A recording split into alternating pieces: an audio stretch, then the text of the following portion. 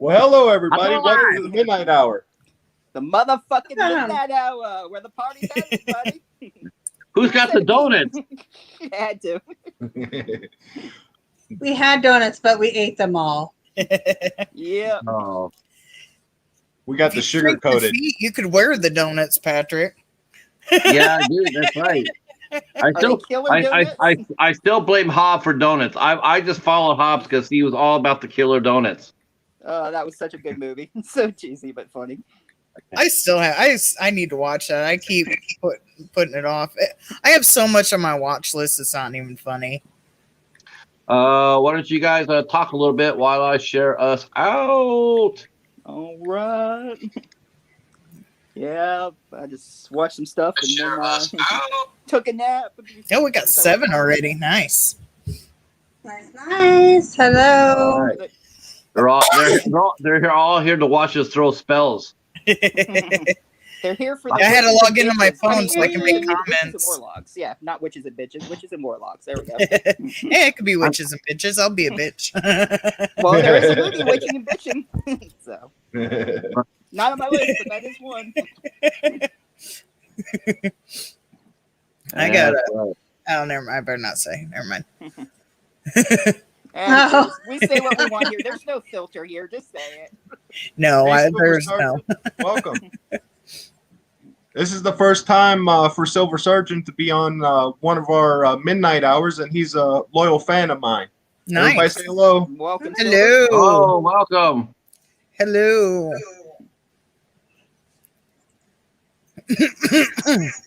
Oh, what's going on, Doomsday? Doomsday. How you doing? Hey. How's everybody's day doing? Good. Oh, don't worry. I already tossed out the sign for you, Rick. I'll know if you're a troll or not because I know what to expect. There it is. That's what I was looking for. Cheetah. Trolls are next week category. Three Goats and Billy Griff, the troll. The trolls from Willow. What else? Let's see. No, next week our theme is triggered. Yeah.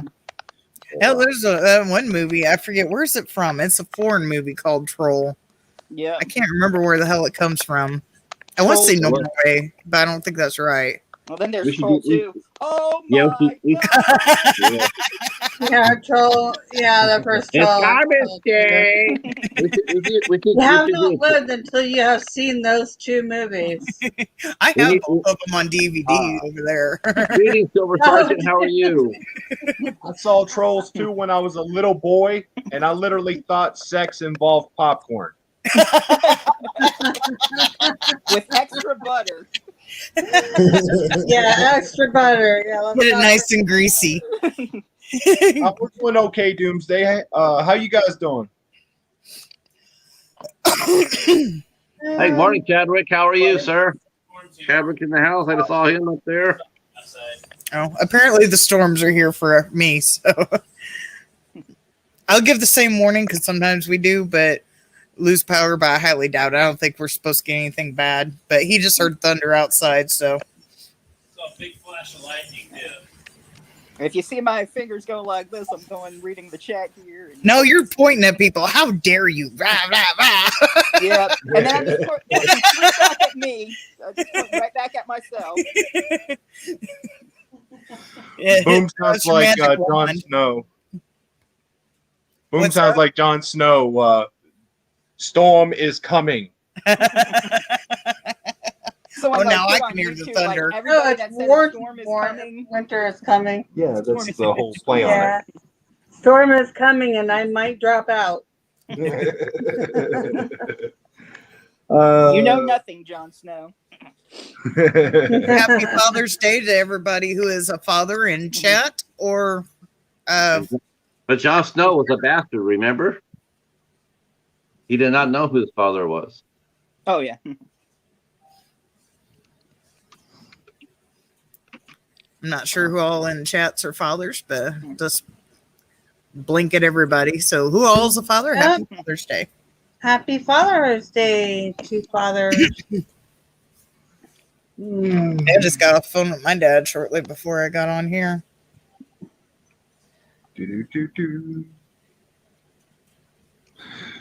Oh, I spent my Father's Day just watching TV, relaxing. Yeah, we didn't do much. We basically just sat around, and then I made baked potatoes in the oven, and he grilled some steaks outside. So that's about all we did. Steaks sound good. It's like, oh shit, now I gotta order some steaks. first the pizza, and now some steaks.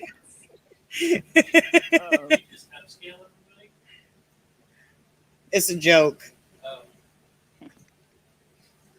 So he tried to order pizza on his stream and was failing when we was all talking about pizzas. Oh, and you know what? You know what happened? It ended up that one store was closed from that location where I was trying to order. That's why it wasn't going through. Oh. It was pissing me off. I'm like, why can I order this pizza?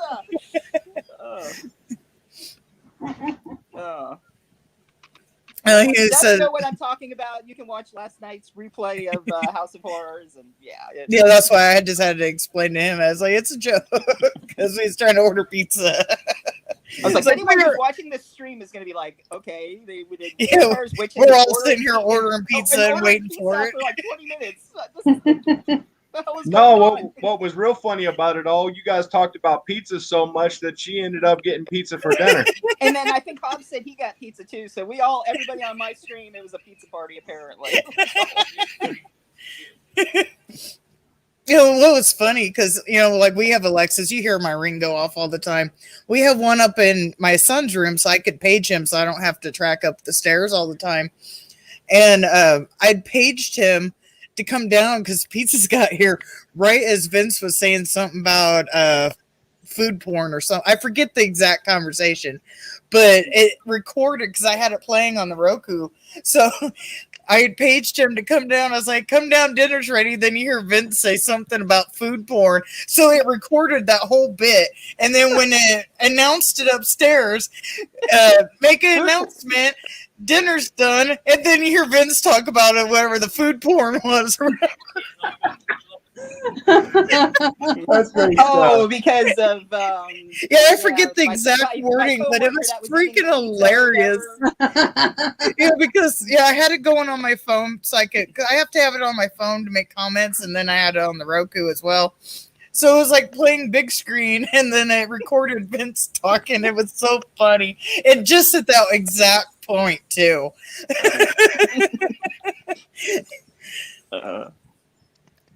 I'm just gonna say food porn because I don't remember the exact wording, but it was so fucking hilarious. At least he's a teenager. Mommy, what's food porn? And everybody questions why my channel is not for anybody below the age of 18. Yeah, Well, that he's stuff 16, but he's mature, so it don't matter. But The following podcast is rated MA. Yeah. Strong emphasis on human centipede. Yeah. Oh, wow. We didn't make it but 8 minutes and 8.5 minutes. Vince broke it. You didn't hear me in the beginning? I said human centipede already. It must have just. Oh. no, Okay. you do say you sit back and relax and let us entertain you while you kick back your feet from work. Yep, we'll entertain you. I'll try to anyway. I don't know. Woo. Maybe if I got paid I a little bit more, I'd be more entertaining, Dance. but- Well, I guess if you're listening, you can't see that, so I'm just being stupid. So ignore. What is it, like dance, monkey dance? Yeah, that's what I was going for, but and my hat wants to fall off.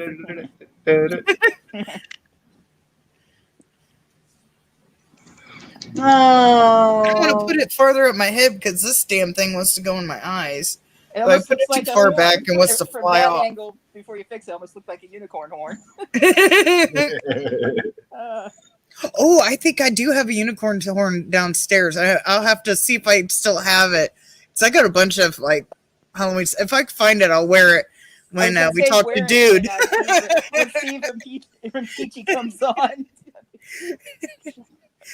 I will look. I know I found the dog's unicorn costume because she has Halloween costumes too. Hello, Larry. Hey, Hi, hey! Larry. Larry.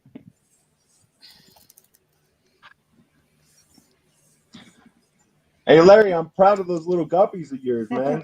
Yeah. Larry, how are you, sir? Feel free to share us out to your friends and family. Yeah. Tell them we all smell like Teen Spirit. That'll get them there. That's And your not- family's family and their family. Your Kinda like boss's the whole boss Hobbs and your boss's boss's boss and your family's boss's family, boss. extended family, friends' family. Your cousin Hobo's twice family. removed on your mother's side. Right. Okay.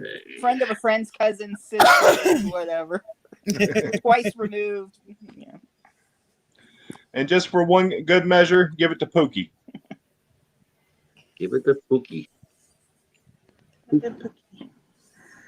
Pookie. Well, so Well, I guess the So big tell me- powwow. I guess the big powwow did not happen yet. Friday. We had hoped that there had been a peace summit meeting, and unfortunately, one person did not show up.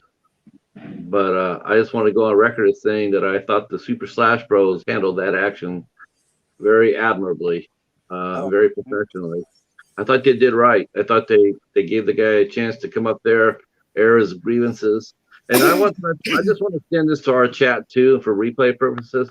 If there's any time we ever bump your nose, or step on your feet and we don't mean to, please come to talk to one of us, man. We'll be happy to talk to you, man. We don't want to hurt anybody's feelings, We're all here to have a good time. We're all here to build up each other. And always feel free to that. Never let it get out of hand. I just want to say that, put that on the record. So, because it can happen, it happens. But I was watching the show on Friday, and I thought it was a great show, and I thought they did, well. I just wanted to say that. Yeah. All right, so now we're talking about Father's Day. Well, I'm not a father of a kid, but I am a father of a cheetah, so that counts. but it's your four-legged child. Yeah. That's right. Yeah. You're right. a fur daddy. That's Even sounded though worse than I wanted it to. Although I will say my four-legged children act Thanks, Chad. worse We than appreciate my it, brother. two-legged child. Yeah. And he's a teenager. Uh-huh. They keep on trying to get away with stuff. Yeah. Oh, now he's getting rained on. Thank you, Larry, for sharing us out. Yep. And Sharing we is are getting caring. Thank you. rained. So, Yeah, we what'd you love guys you. watch? We love you guys too, man. We really appreciate you guys following us, and coming out and supporting our show. Heck yeah. We love every last one of you. I give you a big old hug, but unfortunately, digitally, this is all you can get. Digital hugs. But- Group but- hugs. if you want to show Vince some love, there's a way you can do it. If you want to show Vince some love, just take a picture of yourself like this, and then send it to Vince. This is it right here. This is how you say I love you, Vince. So just like that.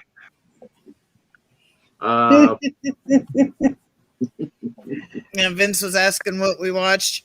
I didn't really watch a whole lot. I just had a lot of stuff trying to get done this week. I didn't watch a whole lot.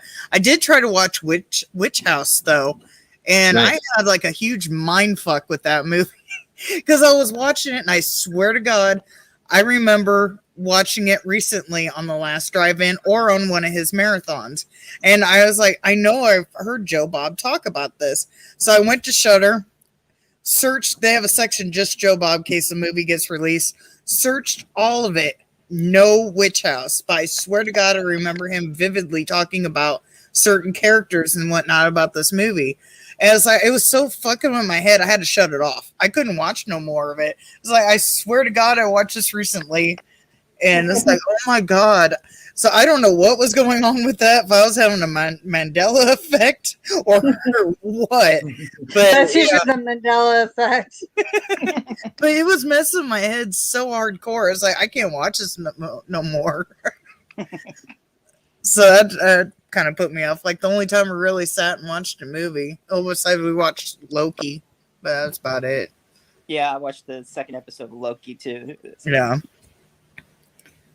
Yeah, We watched the original Witches movie the other day. 'Cause I was gonna go back and watch the new one, but then we ended up doing something else, and I never got around putting that movie on. So I was like, oh yeah.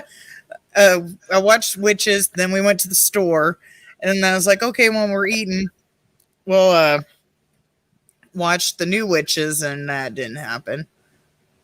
Boring. Is that boring or booing? What's booing? What? Papa. That's boing. That's boing. Oh, boing. God. Yeah. I mean, ears alert. Boing. Duh. Jan's talking about bong. You know how What rabbits about are. you, Steven? You know how rabbits are when they stand straight up with those ears shoot straight up like this. Yeah. Yeah, we get that a lot, especially when we go outside with the dog. But yeah, Steven, go ahead. I went ahead. I watched that new one, Infinite, where they were remembering past lives. They're reborn every since like beginning of time and everything. What's his name? From Ted. I can't think of his name right now. He played in Ted with the bear. Mark Wahlberg. There we go. Oh. Yeah. I had to think about it. I'm like, oh, one of the Wahlbergs. But yeah, he didn't realize that he was infinite. He'd have like these dreams, which were actually memories.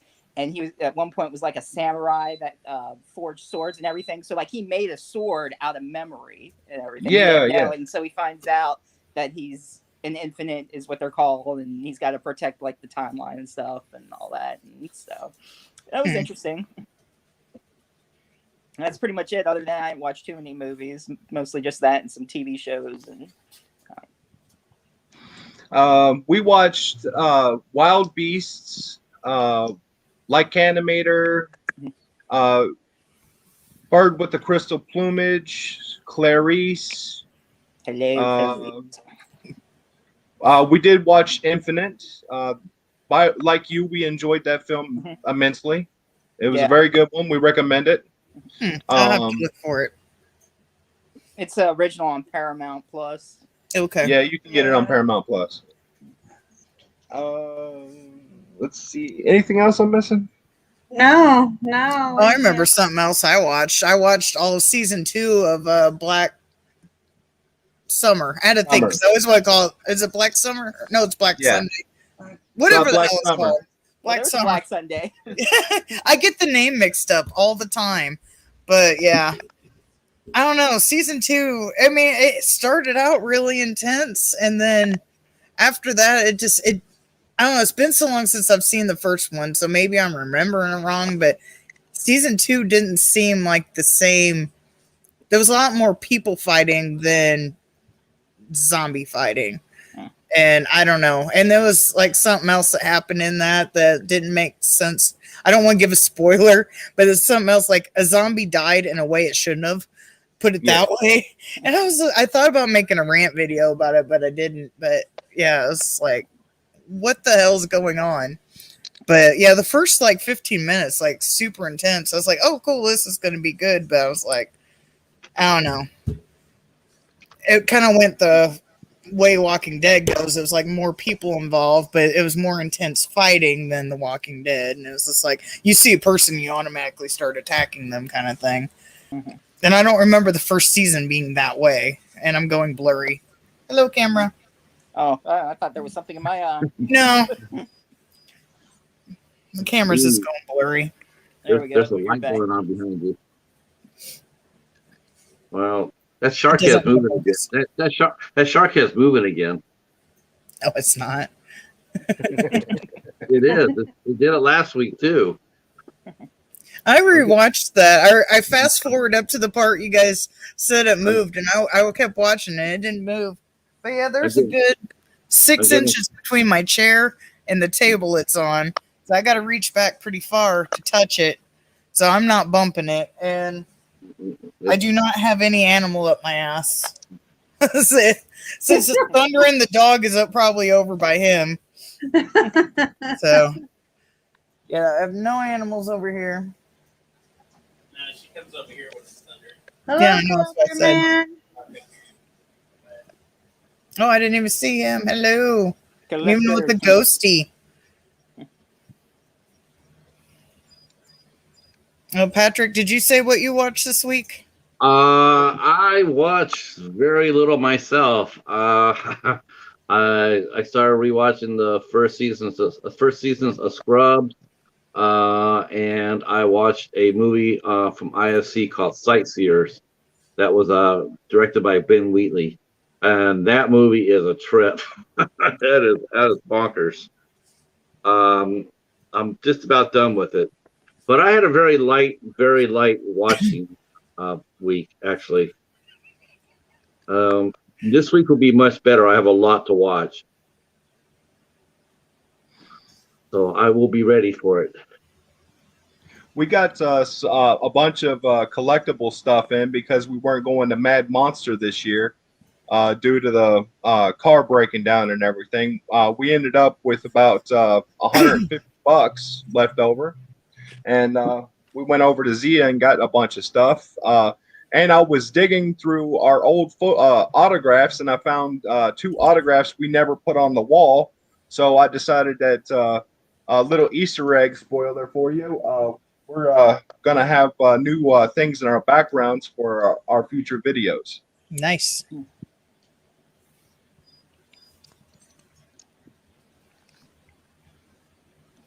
And next time I go down to visit my family, I need to grab, if we have room in the car, I need to grab my autographs and bring them up. You should. I got like all my Funko Pops and all that's down in Illinois. Oh, wow. Yeah, When we go down, we don't have room to fit it in the car. that we is got so our true, luggage. us, man. Strap Yeah, it off to the roof. Rick says that Zia takes a lot of his money. Yeah, a lot of ours too. It's a conspiracy, I tell you. It is. Well, it's like a candy store for collectors. You Yeah. know, It Really? looked like it from that video you guys had. That was Yeah, pretty cool. I'm working on actually going back in and video, doing a video again with them. Okay. Just because I didn't like how the first one turned out, and I would really like a second chance. Awesome. I'm sure they'll give it to you. oh, they didn't say anything to us. Yeah, they didn't hate it. Well, they or probably anything. know you now as being famous stars of the Midnight Hour.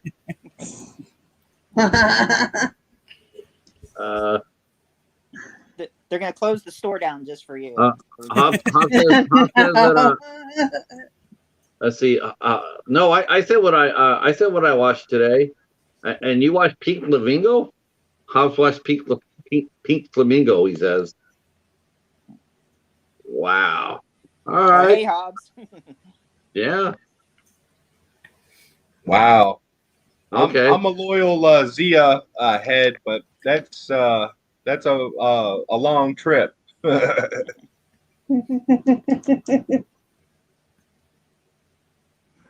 So you guys ready to get to the top 10 witches and warlocks?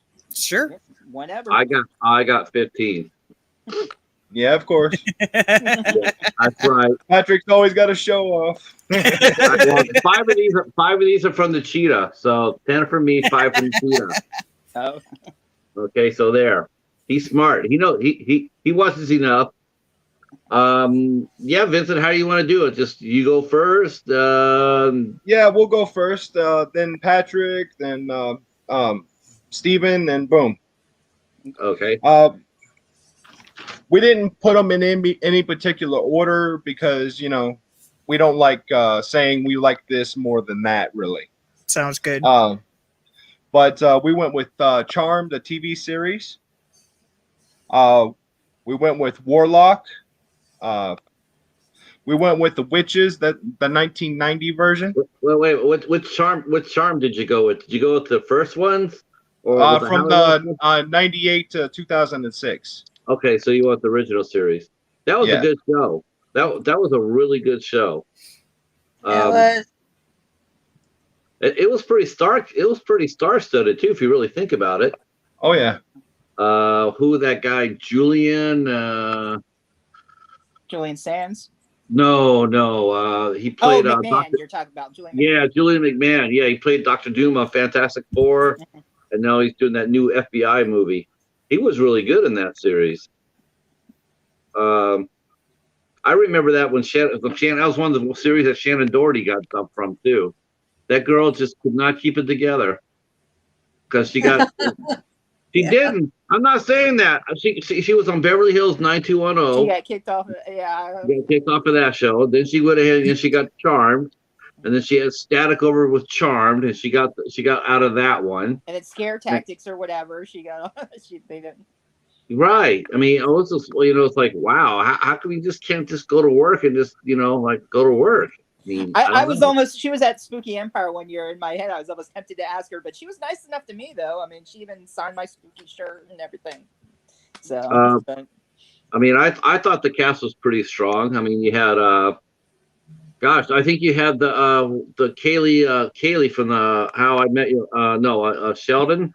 Yeah, from the Big Bang Theory. Yeah, she came in the last couple seasons. Yeah. Right. That was her start. There was a lot of things. It was and they had a lot of guest stars on there too, as demons and stuff all throughout the years. There were some guests in it too. So, do you remember anybody that was on it? You would think that Tony Todd would have been a perfect guest for that show. Yeah. Who was it? I'm sorry, I didn't hear you. I was saying, he would have been a perfect guest for that. Let's see, it was Holly Marie Combs. Yeah. And Alyssa Milano, and then was it Rose Byrne? Rose McGowan. Yeah. Rose McGowan, yeah, she left. Yeah, she came on after Shannon Doherty left, right? Yes. Mm-hmm. Right. The half white lighter, half white sister. Yeah. I have not seen the new show though. It's good, but not as good as the original. I still like the original one better. I don't remember watching Charmed, so I can't really say. I used to watch. I watched a few. I watched a few of them. I mean, I remember. I definitely remember when Julian McMahon was on there. Mm. But as far as, and I remember when Shannon Doherty left, and I want to say they killed her character off. Yeah, I think it was the Hollow, or no, not the Hollow. She was Prue, right? She played Prue. Yeah. Yeah, they killed. I remember that. That was a really good show. I remember when it first came on. That's the only thing about every time you put on a witchcraft show, though, you always get the church crowd always gets a little bit bent out of shape. Mm-hmm. But it was a good show. I thought it was a positive show. Yep. I liked it. Good pick, Vincent. From there, we did Warlock with the Witches from 1990, Dusk Till Dawn series. Oh yeah. That has some witchery in it. The Covenant, Suspiria. Papa mentioned he did not like the new Charm. He goes, nope. And Chadwick mentioned he liked Julian McMahon and Nip and Tuck. Nip Tuck was a great show too. Yeah. Yep.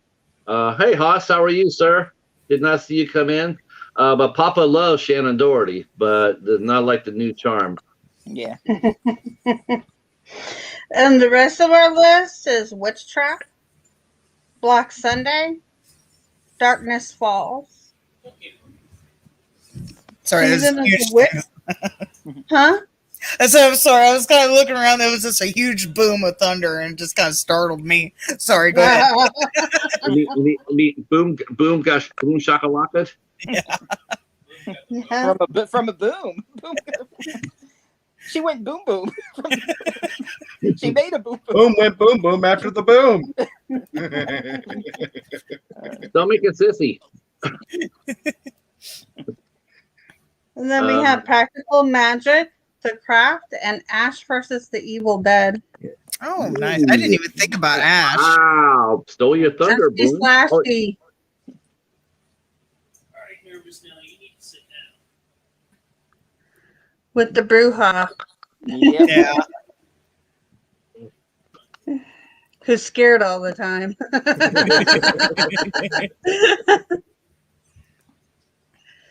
yeah, Suspiria is a good call.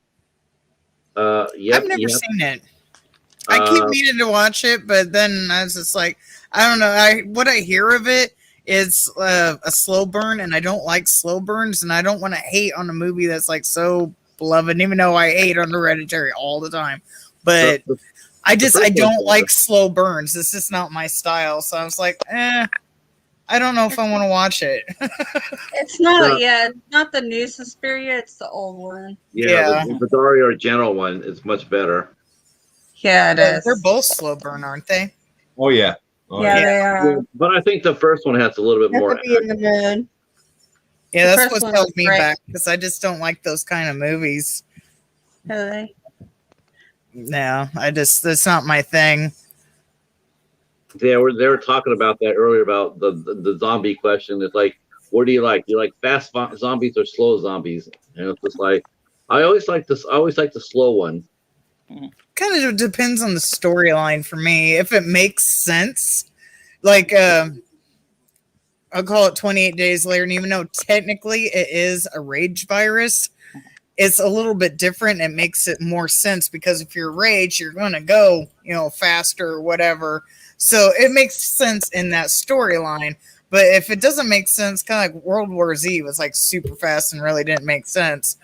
But still, I don't hate on that movie. But if it goes along with the storyline, or some movies have both. They'll have slow moving zombies and they'll have fast. They'll be like evolved if they're fast or whatever. I think the only problem with World War Z is the fact that it's because it's such a big movie. It's like when you do a small zombie movie, like a small one, you can do practical effects because you're in a really small location. But with World War Z, it was supposed to be global. So, of course, they had to use, the CGI. And you're sort of aware of that, watching them climb up the wall like that. And you're like, yeah, it sort of takes you a little bit out of the movie. I mean, not a lot. Sorry. Train to Busan definitely gets the fast zombies right, I think. They still do the climbing and everything. And technically, if I remember right, because I did a review on Train to Busan a while back, and I did research what came first, Train to Busan or World War Z. I know World War Z had a book or something. But movie-wise, Train to Busan came first. Now, I don't know if there was fast zombies in World War Z's like book or whatever its original thing was, but you can almost argue that they copied from Train to Busan if that is not in their original thing, because I don't know. I barely read books. So... But yeah, Train to Busan definitely did it right. They had it, even though they had the climbing and all that, they made more sense than World War Z ones. I mean, they went climbing over each other, trying to get to helicopters and shit. My favorite part of World War Z was the video game. I never did play it. I've seen it on sale a few times, but I never did. It's an intense game. Like, you can't take a drink or which is great if you want something, real high power to really get into.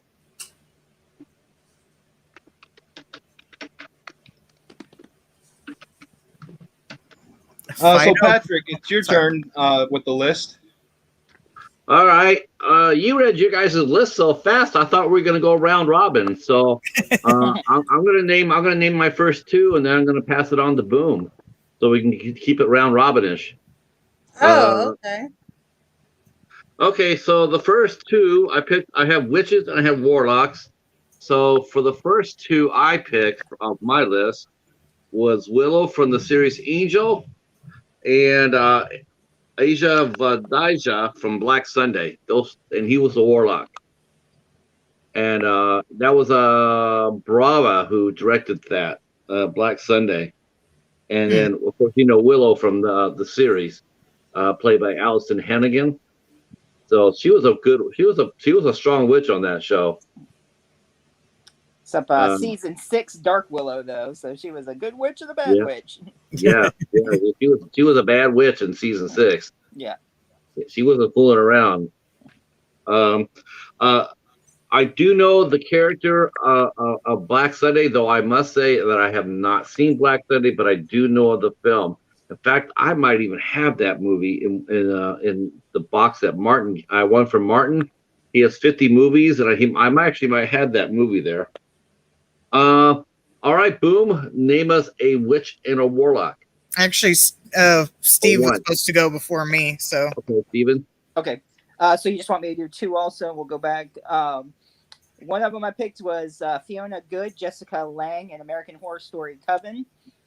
And then for a warlock, I went old school Bewitched, Uncle Arthur. Oh, nice. Yeah.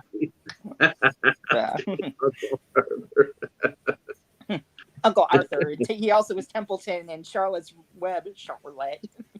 You know what's funny? It's so funny how a character like that, even though you think that he's been on every single show, right? Like, oh yeah, I remember that. Remember that episode with Uncle Arthur, and I think Bewitched was on for 165 episodes. Yeah. Uncle Arthur was only on 11 shows. That's it. He was only on 11 episodes of Bewitched, but it didn't seem like he was on every single damn show. It felt like it. It did. Maybe more of a Mandela effect, or he was just so loved. Hey, Calvin, how are you, sir? We have just started our list of witches and warlocks. Oh, it's back to you, Pat. Me, okay. Let me say hi to Calvin here, and then I will get this going. So my next witch, which you probably should already guessed he was going to make this list. I picked Aunt Zelda from Sabrina the Teenage Witch because she was smoking hot.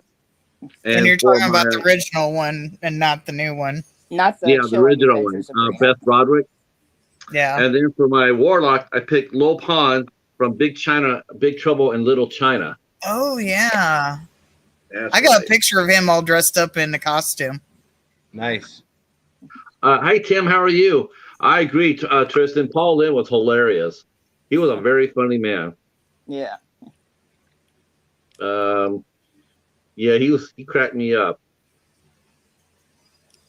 All right, Steven, your turn.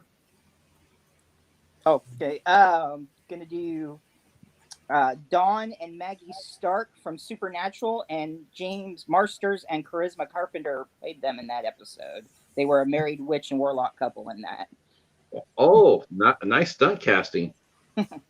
And then another Supernatural I'll do also, Rowena, Crowley's mom. Mm-hmm.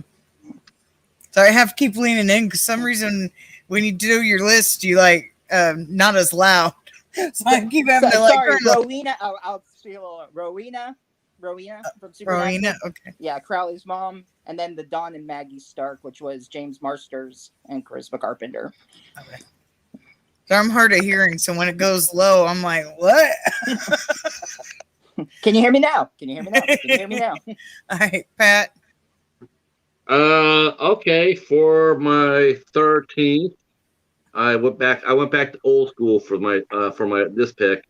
I picked Jillian Hollerod, or also known as Kim Novak. She did a movie called Bell, Book and Candle, which is a classic movie that she did. That was James Stewart.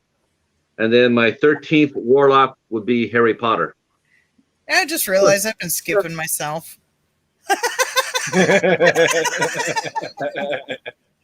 I just realized that. I was like, he goes, I was like, okay, Steve, and then I'll bring it back. Yeah, I was thinking you were going before me. I'm telling you, it's the shark head. Whatever. I just now dawned on me. It's like, wait a minute, I haven't said anything yet. Oh my god, my head is just poof. But no, you know what it is? You keep a wide eye on that shark head because it keeps moving. All right, so Oh yeah. It's moving. I'm telling you. he thinks my shark head's moving. It's not. The You shark think the head shark moving. is moving? I'll ask the chat. Chat, are you? Is it just me, or is that This shark thing. head moving? I mean, Well, it's now it moving, is because right? I'm touching it. But yeah, he thinks this thing is moving. I say no. Slowly, inch by inch. Uh-huh. All right, so instead of going back to you, Steve, I'll go ahead and shoot out a couple since I've skipped myself. Yeah, go ahead. I'm stupid. But I picked, it's more of, I think, a witchcraft movie, but I picked Tamra. I love Tamra. I absolutely love that movie. And then I also went with The Love Witch.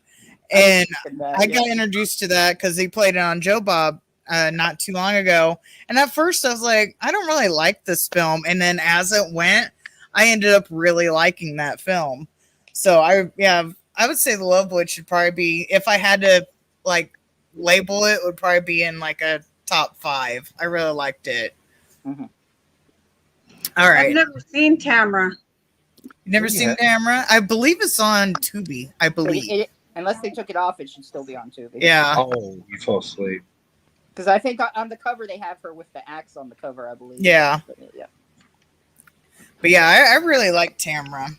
It was actually like one of my first reviews I ever did when I was being stupid about how to make my videos. And come on, camera. And I didn't realize that you couldn't put trailers in there. I was not doing it proper at all. So I had to cut the trailers out of like my first few reviews because I did bad things. I did not do it properly. I know a little bit better now, but yeah. Mm-hmm. All right, Steve, if you want to go ahead and go and shot off a couple finally. All right.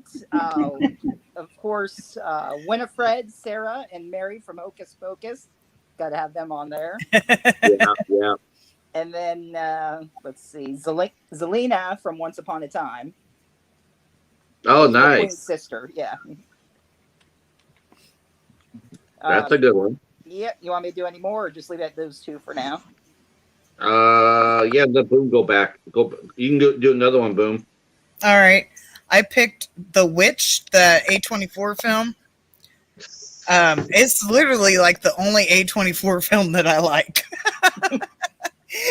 Out of every one of those A24 films, I have not found one I like besides The Witch. And I don't know what makes it different, but yeah, that and Black Phillip, I really like that movie. Mm-hmm. But it has that weird W, it's like 2 V's put together or whatever. Mm-hmm. Black Phillip was the bomb. Yeah. Did he not look like a cat when he was running across the yard and he was like doing that popcorning with his back feet? He looks like a damn cat. I was like, I don't know about that. She might be a shapeshifter. You never know. It's been a while since I've seen it, so I don't really remember everything about it. But that's literally out of all the A24 films, that's the only one I did not hate. I actually do like that one. Every A24 film other than that, you might as well forget it. I don't like it. A24 they're overrated. Yeah. No, nobody in the chat, and that's one thing. That's why I'm really happy to say that nobody in the chat here is an A24 fan either. So they're more like Paramount and Columbia and Sony. Yeah. Yeah. I'm probably more of an Asylum girl myself. Oh. Makes 2 of us. You know what? I cannot. I wish I had enough. I wish I actually did have enough Asylum movies to actually do a top 10 Asylum movies list, because that would be a lot of fun. But I don't have 10 Asylum movies. Oh, I knew there was. Oh, here it comes. I knew Ben was going to say something. I knew you were, Ben. At least he's rounded. He also likes Asylum and Full Moon, so at least he's rounded. I wish the hell I had 10 Asylum movies. I think I might have like 5 or 6. I think I have 2 Sharknado movies. I have one movie called 13-13-13. And I think I already did Mercenaries, and I have one called Bound, which was a total mistake. It was actually a drama they did with Charisma Carpenter, as a matter of fact. I did not know that until I got home because I was going to do my haul video, and I'm looking at it. I'm realizing, well, like, you know what? This looks like an asylum movie because they always have those all those quotes in the back that they can't attribute to anybody because no one ever says anything of good about asylum ever. And then I looked in the bottom of the DVD, and it says really tiny. It says asylum on it. Because most of their movies, most of their mockbusters, they make a point of saying asylum, but this is like a drama. So it was not, yeah, but that's not the Bound I was thinking about. Oh, okay. It is. You've seen it. Yeah, it's Bound was Asylum's 50 Shades of Grey. So they actually mockbusted 50 Shades of Grey. Huh. Hey Patrick, yeah. have you ever seen the original to 13-13-13 called 11-11-11? No, I have not. Would you like a copy? Yeah, because I think there's 3 of them. I think there's 11-11-11 and there's 12-12-12. Well, there's a 12-12-12, yeah. Yeah, and there's a 13-13-13. Yeah, and we have the 11 just sitting around. I'll send it to you. All right, thank you. Yeah, if I can find the 12-12-12 that I can do, I'll cover it. I think they're on Tubi too. I'm pretty sure there's 11-11 and 12-12. I don't. Yeah, I'll find a hard copy. Let's see, Charisma Carpenter showing lots of skin. Yeah, really? Like lots of skin, like R-rated type skin. Well, you know she was in Playboy. Who? Charisma Carpenter? Mm-hmm. Really? Yep. I think she needs a steak. No, I didn't know that. When did she do that? I forget what year it was. Pretty much the only one I own. I gotta have it. Buffy and Angel, like, you know. And Mercedes McNabb did one too. Which I how do you glue the pages, by the way? They're still good. Ben says, yeah, she shows the goods. Oh, well, it looks like Asylum's my new favorite studio. Oh boy. Holy Sharknado, Batman. Movie came out around the time she was in Playboy. Maybe that movie was the same year or something. It was a 2008. I can't remember what year it was, but Man, it was actually after she had her baby too. Okay, so she was. Oh wow. Okay. I got your Playboy, and I'm kidding. Yeah, I'm impressed. Maybe we ought to be doing our top favorite 20 Playmates. Right? Go, Steven. Charisma. Wow. I never looked at one. I don't know. Oh, okay. I get them for the articles. Oh, sure. You know, for the escalators. Yeah, honestly, What's kind of funny, I think it's in a box with Buffy magazines when they did the monthly Buffy magazines. I think it's mixed in with those too. It was like, bring them out. Like, oh no, not that one. Sorry. That shouldn't be in the Buffy box. That should be in the other box. The lock box. The other box. Yeah. Exactly. It should be in that box. All right, that brings up an interesting question before I go back to our list. But so what genre star? I mean, what genre star have? I mean, think about it. How many have actually posed for Playboy? I'm trying to think about that because I remember there was. I mean, it's been since forever since Playboy was actually relevant about anything. I didn't even know she did it. I back in the day, I never even heard a word. Actually, Vanna White did one. No. Yeah. From Wheel of Fortune, yeah. Yeah. She did. I am so out of touch. That's what happens. That's what happens when you get married. No, it touches me. I've literally never seen one. I'm way more out of touch than you. I pay attention to Buffy news, so when I heard her and Mercedes McNabb, is Playboy still around then, or are they gone? I don't know. No, they're still heard around. anything big about them. Okay. I never even heard. We can see them anymore. Wow. Okay, so Charisma still. Because there's a thing called the internet now. Nobody cares about it. Good old Pornhub. At Zia, they actually have this little section, and it's just a box on a stand, and it says Playboys across it. Wow. And nobody ever, they avoid it like the plague. It's like those Red Sea parting. Oh. I think compared to now, what's going on the internet, I think isn't Playboy like a comic book now? It's like, wow, he's still, it's almost like an antique. You expect to I see get an into American. heavy metal more than I get into Playboy, so I don't know. Could you see American Pickers? They're inside somebody. They're in somebody's. And there's somebody's attic, and they find a box of Playboys and go like, "This is retro. This is the antique.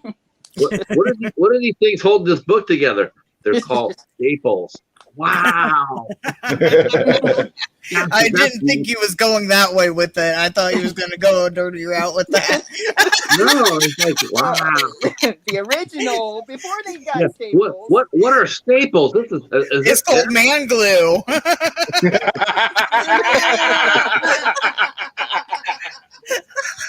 Something about Mary. Is that hair gel? Oh yeah. Oh no. What? Papa put Playboy is like Cosmo today. Yep, I agree with that. Yeah, I bet. I like when they did the roast and Hugh Hefner was on the roast. Oh, I missed that. They're like, yeah, Hugh's so old, he comes dust. Whoa. Anyway. Right. Anyway, Witches, back to witches, anybody? Oh, Lord have mercy. I think it's Pat's turn. We can Yeah. start off Spooky and topic. witches. Nice. Spooky and witches. So for my 12th witch, I picked the Owen sisters from Practical Magic, Sandra Bullock and Nicole Kidman, and then I picked the Goblin King from Labyrinth, who was played by David Bowie. Yeah. Nice. Nice one. That's So we'll why I skip Boom picked. and go to me. I love I'll be honest with you. I love Practical Magic. Practical Magic is a bomb.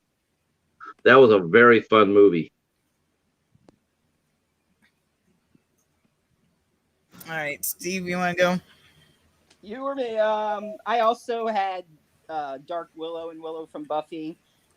And then also Witches, the Grand High Witch, Angelica Houston. So, and then Charmed and Craft. So basically the same as already was mentioned before. So Yeah,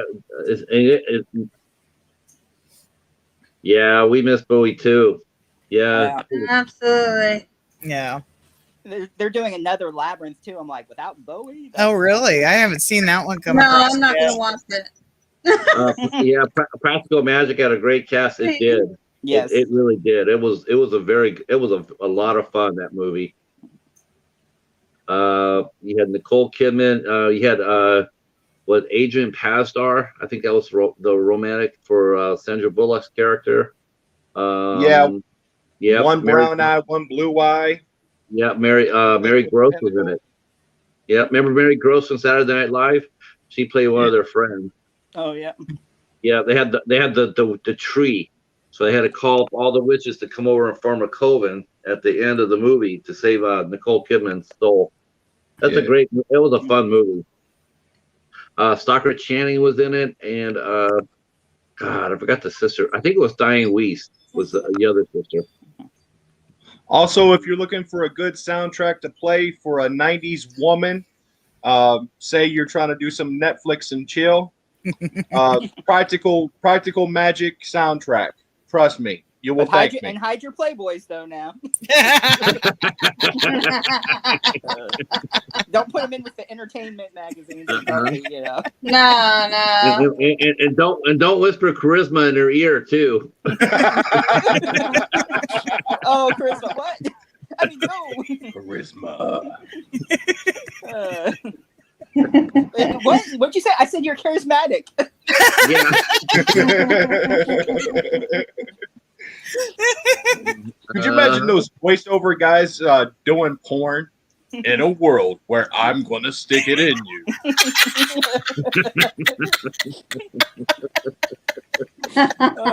In a world far, far away. Section. In a world with no clothes. Oh. In a world where the plumber never gets his job done.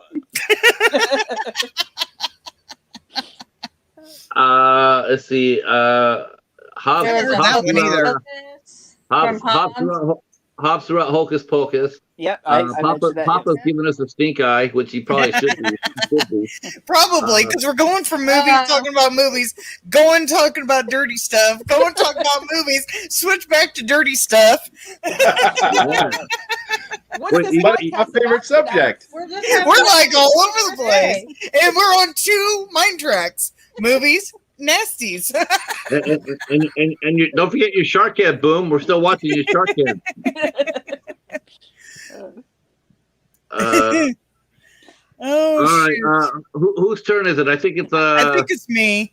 yeah, it's Boom. you. I just put I didn't pick particular people, but I just put the Bewitched TV show and the American Horror Story Coven. Yeah. I just picked the whole thing. I like Coven. I forget what the other one, Apocalypse, where they had the witches. Yeah. I Yeah. liked Coven. I'm probably not saying that correctly, but I don't care. I like that one a lot better than Apocalypse. But yeah, especially, you know, like you said, Jessica Lange. She's just amazing in so many of those. Yeah. I picked Hocus Pocus too. As even it's great. I love Hocus it. Pocus 2 hasn't come out yet. It's still in the works. You can't pick the sequel yet. All right. Do you guys still have stuff on your list, or am it just me now? Oh, I don't, but if I could throw one out, the Witches of Eastwick. Oh yeah, nice. So, Yeah, I that's- just actually bought that not too long ago. I haven't got around to watching it, but I know I've seen it before, but I don't really remember it very well. So yeah, that's the last one. I guess whatever you got. Pat, did you have any other ones on your list? Oh yeah, I have lists. I have people. For my next one, it will be Jennifer from who was played by Veronica Lake in I Married a Witch, and that's a very charming movie. And I also picked from the pages of a comic book. I picked Brother Voodoo, one of my favorite characters. He's a powerful Nice. wizard, trust me. Is that all you guys have? Because I can do my list real No, quick. I got more since I was skipping myself. Okay. I already said Hocus Pocus. I also picked Halloween Town. Yeah, that's good. Wow. The original Craft. I have not watched the new one, so I can't say anything about that. But the original can. Craft. Mhm. Then I picked the Chilling Adventures of Sabrina, the new show, and Yeah. not. Oh yeah, I didn't even think about Halloween 3. Yeah, Halloween Season of the 3. I Season know a of lot the of people Witch. hate on it, but I love Halloween 3. Warlock, I think it's the 90s movie. I forget exactly what year. And Yep. I also picked All Cheerleaders Must Die. Yes. And then I know I'll probably get some hate, but I picked Blair Witch Project, the original Yep, one. Yep. When a lot of people hate on it now, but a lot of people I think that hate on it now didn't live through the experience of their marketing system when it came out, Yeah. or that was too young to see it. But I went when everybody thought it was real. Like when it first came out. And then I went and seen it at a different town than I lived in, and I got lost on the way home. Somehow, I never did find this place again. But anyway, I took a wrong turn, and this was at night too. And I ended up out on the road that was literally leading to a dirt road heading into the woods. It freaking nighttime. I was like, oh, my ex is like, oh, some guy in the chainsaw is going to come running out.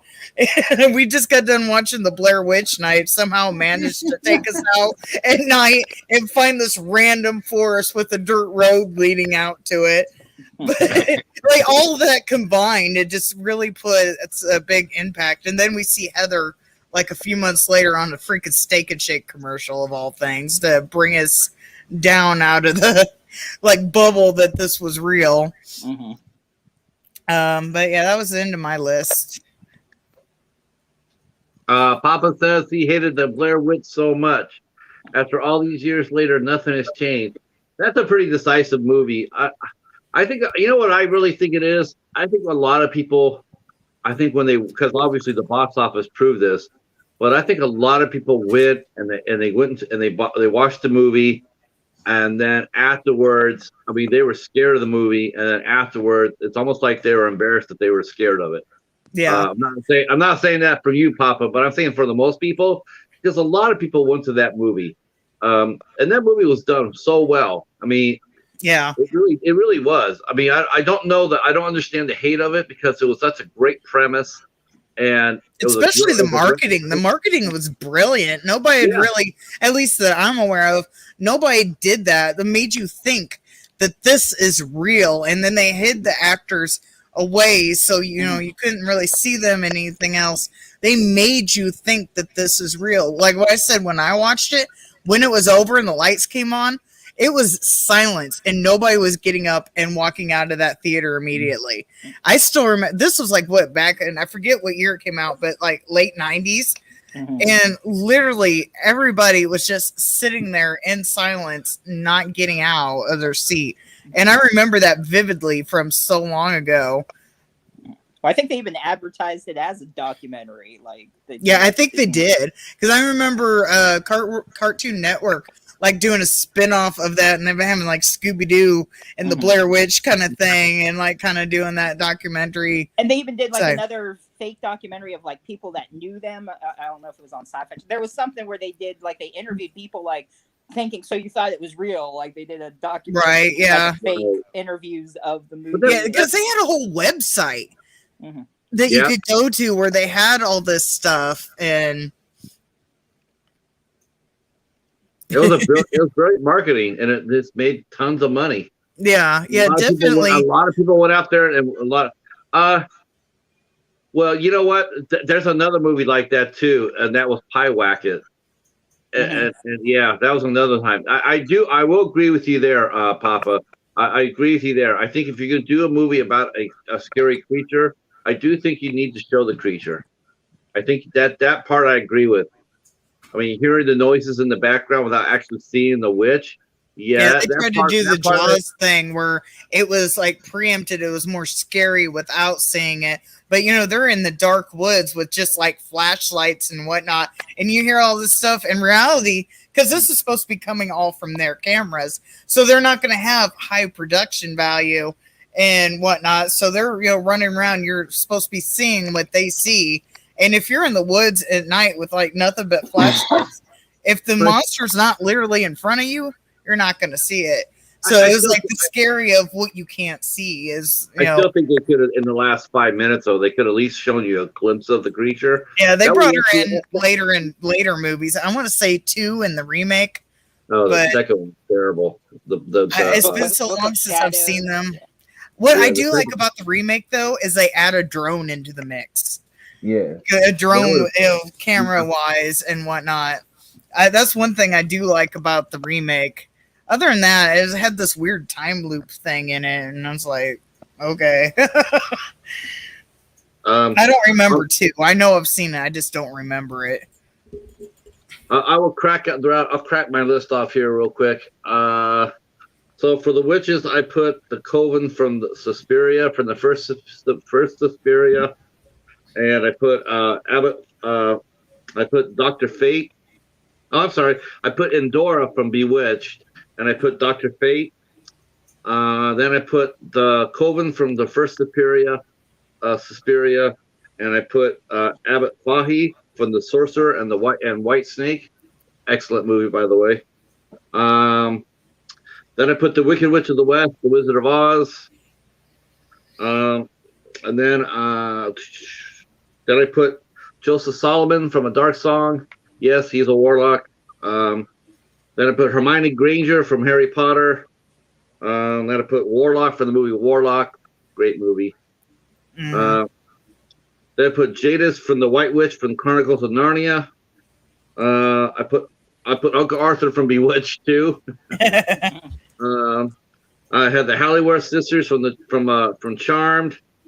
Then I have Balthazar from the Sorcerer's Apprentice, Nicolas Cage movie. He was really good in that. The Grand High Witch from The Witches, the Genie from Aladdin, Robert Williams, Sanderson sisters from Hocus Pocus. Merlin from Excalibur. I was gonna Merlin. say Merlin should be on there. Yeah. Yep. Then I had Samantha from Bewitched, and then I had Doctor Strange, and then the first one I had is Amanda Tucker from a show, a very, very forgotten show called Tucker's Witch. I absolutely loved that show. I thought it was so cute, and they had a beautiful familiar. And then my number one number one warlock or witch or wizard would be Gandalf the White from the Lord of the Rings. There you go. Ta-da! Yeah, Endora don't know, was great. There for a minute, I thought Patrick was going to grow a big old beard and tell me I should not pass. You shall not pass. You shall not open the page.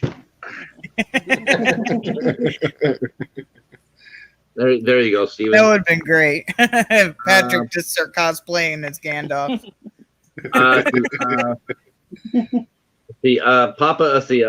Return to Oz. Veruza Balk is amazing.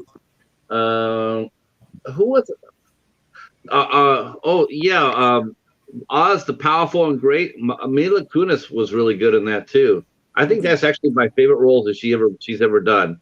Was in that with she did it with James Franco. That was actually a pretty good movie. No Dumbledore. I did not put. Yeah, Dumbledore. I didn't even think about the. I almost said Wizard of Oz because Harry Potter. But yeah, I did not think of Harry Potter. I did not think of Lord of the Rings. None of those was just even like on my mind. I didn't even think about those movies. I was more in like the horror, and besides like Bewitched, that wasn't really horror, but and like Halloween Town and Hocus Pocus. But yeah, I wasn't even thinking about that stuff. What I really should have done is I should have put Witchy Poo from H&R Puff and Stuff down. Now, if I was really bold, if I was really cutting edge, I would have put Witchy Poo. I tried to watch Season of the Witch with Nicolas Cage. I think that's what it's called. Isn't he like a witch hunter or something? Yes. Oh, there's Vin Diesel witch hunter too, or whatever the hell that was called. Yeah. The Last Witch Hunter. Thank you. Yeah. But some reason I was having issues with Season of the Witch. I couldn't get it to play. I was actually more. I like Dumbledore, but I was actually a Snape guy, and it paid off. I mean, I just like Alan Rickman anyway, but it paid off on the Deathly Hallows, where you find out that Snape really was. He was really a better person than Dumbledore was. See, Veruza Balk. Oh, did she do a Wizard of Oz movie? I did not know that. Yeah, I she know did the Return to Oz. Yeah. Okay. Yeah, the Craft Legacy. Yeah. Well. Which is of Eastwick. Yep. Which is the Eastwick. Yep, that's a great one. You have the Covenant that was directed by Rennie Harlan. That was all right. That was okay. I'm having a hard time remembering a movie right now, but I think it involves witchery. On the cover is two women. One has a candlestick, and she has a hole through her midsection. Oh yeah, Death Becomes Her. Yeah. That becomes her. Yeah, I just bought that too not long ago too, but I couldn't remember if that had anything to do with witchcraft, so I didn't put it on there. What movie was it? I didn't hear. That Kind of does. Death Becomes Her. Oh yeah, Death Becomes Her. Great. Yeah, movie. because I would have added that, but I couldn't remember if it had to deal with witchcraft or not. You blew And a like I hole said, I through just my bought it. I just bought that and Witches of Eastwick, but I never got around to watching them. Okay, well, Death Becomes Her is kind of you're going along some magic here. Yeah. Yeah, I couldn't remember, like, because it came out in, like, what, the 90s or whatever, and I know I saw it, like, when it first came to, like, rental places, but, so it's been, like, 20 years since I've seen it, but, yeah, I just bought them. I haven't got a chance to watch them, because it was on sale in Vudu not too long ago, so that was bad, and I bought just digital copies, but... Yeah, that's true, Papa. Puff and Stuff. He says, HR Puff and Stuff. You can't do a little because you can't get enough. And they said it wasn't about weed. Yeah, you know it was. And Alice in Wonderland wasn't about drugs. Oh, no. No, it wasn't about acid at all. Oh no, no, no, no. Oh, Oh no, no, no, no. The devil's cabbage. Yep, that's funny. So yeah, that was a great topic. That's fun. There's so many other ones out there, though. I mean, if you really think about it, but it's a good subject. And witches and warlocks. I mean, like I said, it used to be whenever you put a movie out like that, like The Exorcist. The Exorcist got a huge pushback from the religious crowd because they thought it was glorified. They thought it glorified the devil possession. They did that with freaking Harry Potter too, but yeah, they did it with Harry Potter too. They did. They do that with anything magical or yeah. Mhm. I know my son's dad, his mom, she wouldn't let, because he had younger brothers. She wouldn't let his younger brother have a Harry Potter birthday because it was the devil, and I was like, oh my god. And I just met this family. I'm like, oh my god. I mean, nowhere does it say devil in Harry Potter at all. Right, but she's like super. Well, I think she's not as much anymore. I could be wrong. I haven't talked to her in years, but yeah, she was like super high religious, and so yeah. Ops put down smoking that Indo, playing that Nintendo. Oh, Bed Knobs and Broomsticks. Oh, that was like one of my favorite Disney films. Collector Man brought that up with Angela Lansbury. I absolutely love that movie. I would watch that all the time when I was little. There's a great movie called Spellcaster with Kelly Preston and God, I want to say Tim Matheson, but I don't think that's right. Or Timothy. Holy cow. Timothy Daly, I think it was. Maybe it was Timothy Daly, where he romances this girl. She says she's a witch, and she tricks him into trading his soul for hers. He had to give up his soul freely, and he finds out too late that he was actually being played. That was really good. The Spell, yep. You got Race with the Devil about a witch's coven. Oh God, yeah. See, look at this. Yeah, see? there's what's it? Debbie Hansel Harry. and Gretel. Not the older, the one that has the archer dude from the Marvel movies in it. Mm-hmm. Yeah, because they go witch hunting, and then they have the real fun one where Hansel and Gretel get baked. Yeah. Yep. Now, they don't say she's a witch, but would you consider Matilda a witch, like a natural born witch? Yeah. So, Yeah. Yeah, She so might be a good witch, but she's still a witch. Yeah, I mean, she's Yeah. Then we have that one new movie that had it was Gretel and Hansel, and then they made Gretel a witch, which I thought was stupid. Yeah. I thought Yeah, they should have did that storyline without the Hansel and Gretel part into it, because putting that into it made that movie worse, I think. Because I Yeah, watched that and I was like, because I bought it, I think, for $5 at the video store, and I hadn't seen it yet, and I watched it and I was like, Gretel was not a witch. Like, what the hell? And it's like, whatever. I mean, it was all right, but they needed that out of there. okay, If they so took that storyline out, it would have been better. so we got Haas is in the chat. He's saying he recently watched Witchery from 1988. It was an odd one, but I mainly got it because of Linda Blair. I remember that one. And then Ben Grimm mentioned Deborah Harry in Tales from the Dark Side.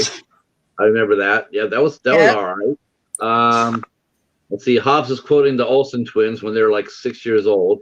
Double trouble. Yeah. Let's see. You got Night of the Demons. What about the Initiation of Sarah? I think that was with Linda Blair too. I have one for you. The Autopsy of Jane Doe. Oh, yeah. Yeah. I didn't even think. Oh, my God. I absolutely love that Was movie. a witch.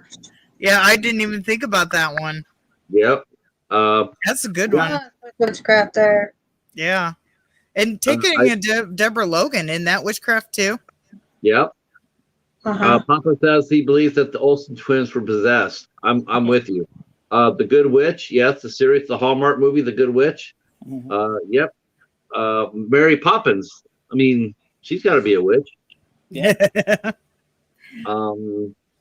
So yeah, so obviously the movies. I mean, as far as horror goes, I mean, witchcraft and wizardry has always been impregnated in the genre.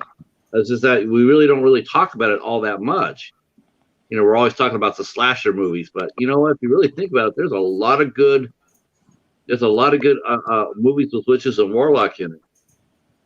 The You know horror what an movies- interesting top 10 we should do sometime? What's that, Vincent? Horror involving the elderly. Oh, nice. Yeah. That it's just like kids though. You know, that'll be a really interesting topic. Yeah. As a matter of fact, why don't we do that for the 4th of July? We'll make that for. Yep. That's right, Hobbs. Look at Hobbs. Look at Hobbs. Witches, ISD Midnight Films, and Social Autopsy of Jane Doe, also ISD Midnight. Look at Hobbs. I got him converted. Yeah. So speaking of the 4th, since we got to throw this out here to these guys here so they can come back for this.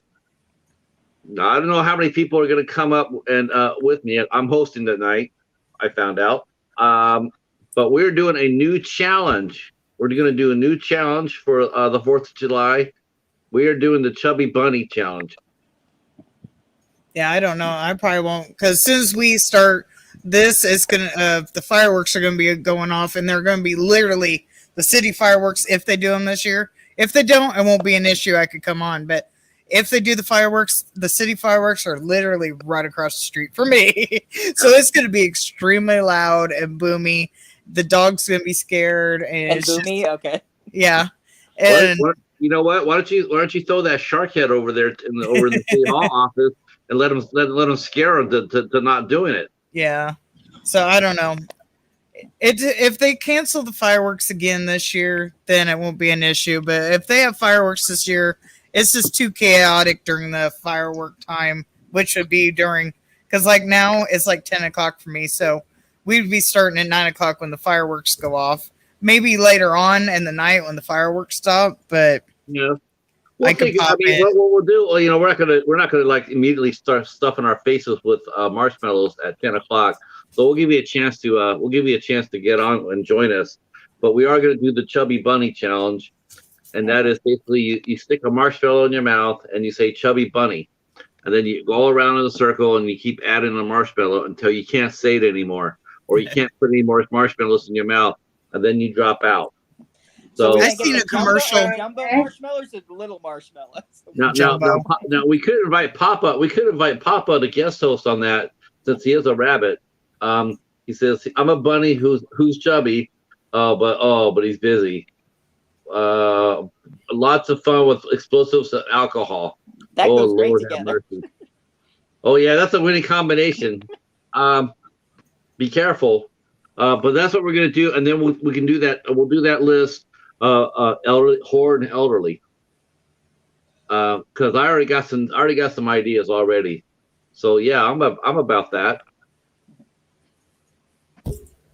That'll be on July 4th. That'll be fun. What made you think of that one, Vincent? Just that nobody ever covers elderly horror. Yeah. It's always the younger generation. It's always the younger kids. And then you got once in a while, like a movie come along like The Visit that reminds you, wait a minute, you know, horror comes in all ages, all sizes, all shapes. Yeah, that's a movie that literally came to my mind as soon as you said that, actually. Yeah. That movie was so one good. of the very few Shyamalan movies that are, I have my issues with it, but it's one of the few Shyamalan movies I actually kind of like. Hey, Brad, happy Father's Day, man. Hey, Brad. Happy Father's Day, Brad. Yeah, I was just about ready to mention that what Chadrick says, the marshmallows with chocolate. I just seen a commercial about those, the marshmallows with chocolate in them. Oh wow! Maybe we'll have to do chocolate marshmallows for our challenge. Oh really? I'll check that out, Brad. Thank you for bringing it to my attention. Evils of the Hell, Snow. I mean, hell, you can go to any movie with Lynn Shay in it. Yeah. Uh, Mhm. Lynn Shay. I mean, there are, and that's one thing about horror films too. Horror films will actually use an elderly actors much more than mainstream will, which I do think it's cool. Uh, let's see. Tim says horror and spice and everything nice. That's what horror and spice are made of. Okay, there you go. You're made of horror and spice. Yeah, I like that. I like that. Elderly. Yep. I got movies.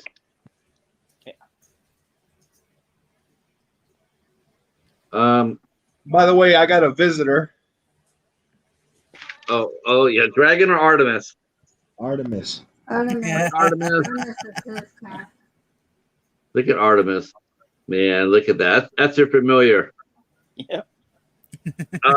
So I have Community Bugle. Hobbs, I got the Bugle going. Hobbs always he told me to make sure I have the Community Bugle. So the first thing I have here, I'm reading off my notes here, is that Hobbs is now home. Yay. So that's a good thing. Hobbs is home. Yeah. Yep. Papa says meow. I like that. Okay. He's back home from his vacation at the hospital, and he's back to winning. And he won yesterday on the House of Horrors. He won some movies. Again. Yep. Yes, Tim. Artemis is a boy. Artemis is a boy. And it's just a pure coincidence because I can show you in my notes that I actually wrote this before I said it. I wrote this down for my notes. Brad's new interview is coming up this Saturday at 7 p.m. and he's interviewing Deborah Sue Voorhees, who played Tina on Friday the 13th, A New Beginning. Nice. That show is going to be on at 7 p.m. one-on-one with Bronco Juggalo.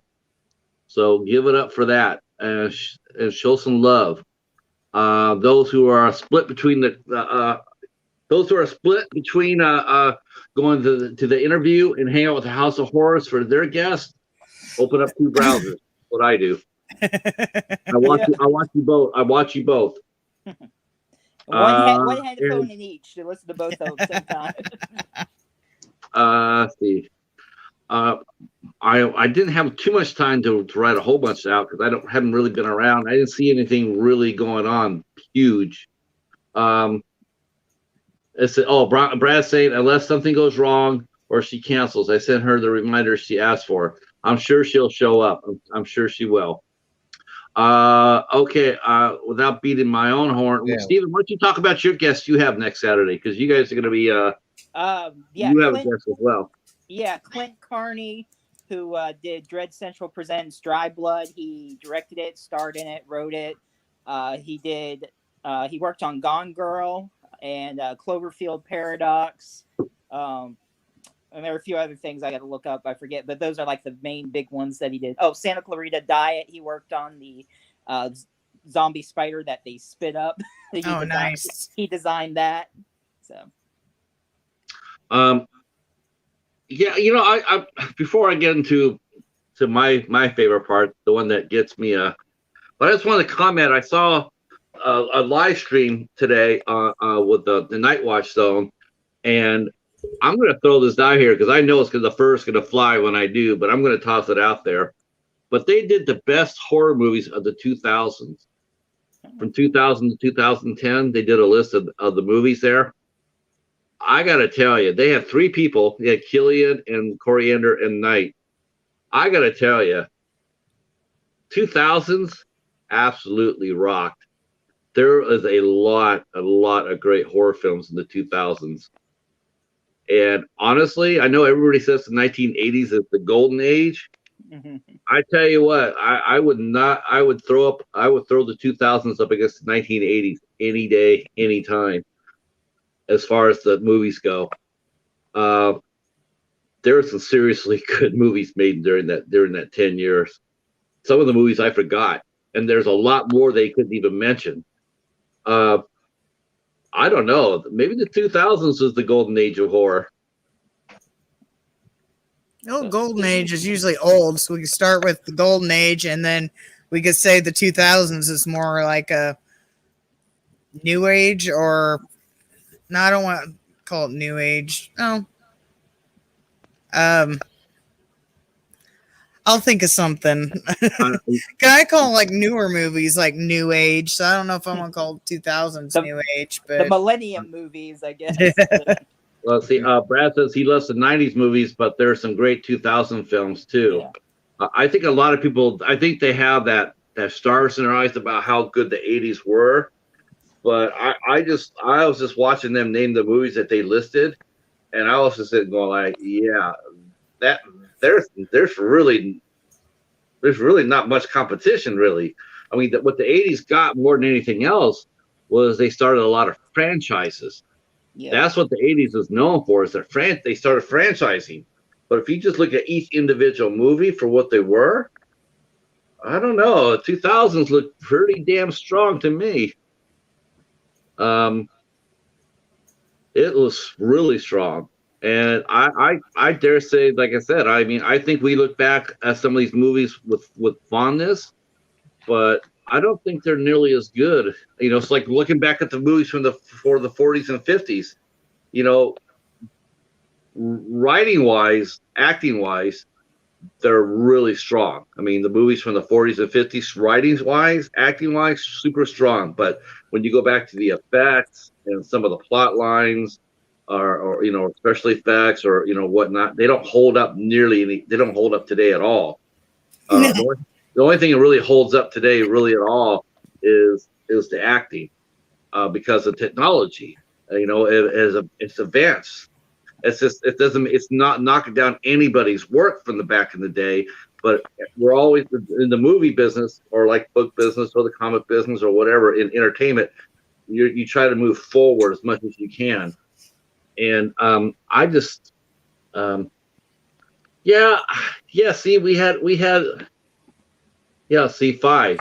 You mentioned 5 movies carry the whole decade. Mhm. That's just, you know, 2000, and I could, you know, you could put down 30 movies. I would that say could there's go- more than 5 movies that carry the decade of the 80s. There's definitely more than that, but Hey, and actually, Patrick, that gave me a good idea for a question I can ask Clint, since he's in special effects, like what newer techniques he's used, and what, you know, maybe older techniques that he's learned from too, like the advancement. Sure. That would be a good question. I mean, because there's some great movies. I mean, from the '80s. I mean, definitely, but going back to the 2000s, there's just, and I think more now in the 2000s. And this is one thing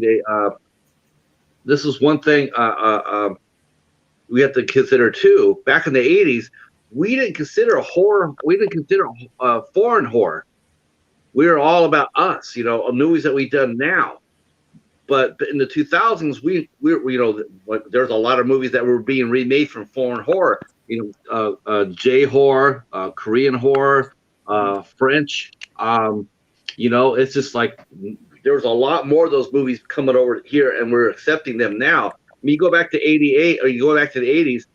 Please, anybody, name me 10 foreign horror films right off the top of your head, and I don't think anybody could. Well, that's why I like the 90s so much, is because the 90s was really when mainstream started introducing foreign films into the collective. But I do appreciate every decade of movies, no matter Exactly. what they are. I love everything from silent all the way up to somebody's done it in their backyard and they're showing it at their house. You know? right, yeah.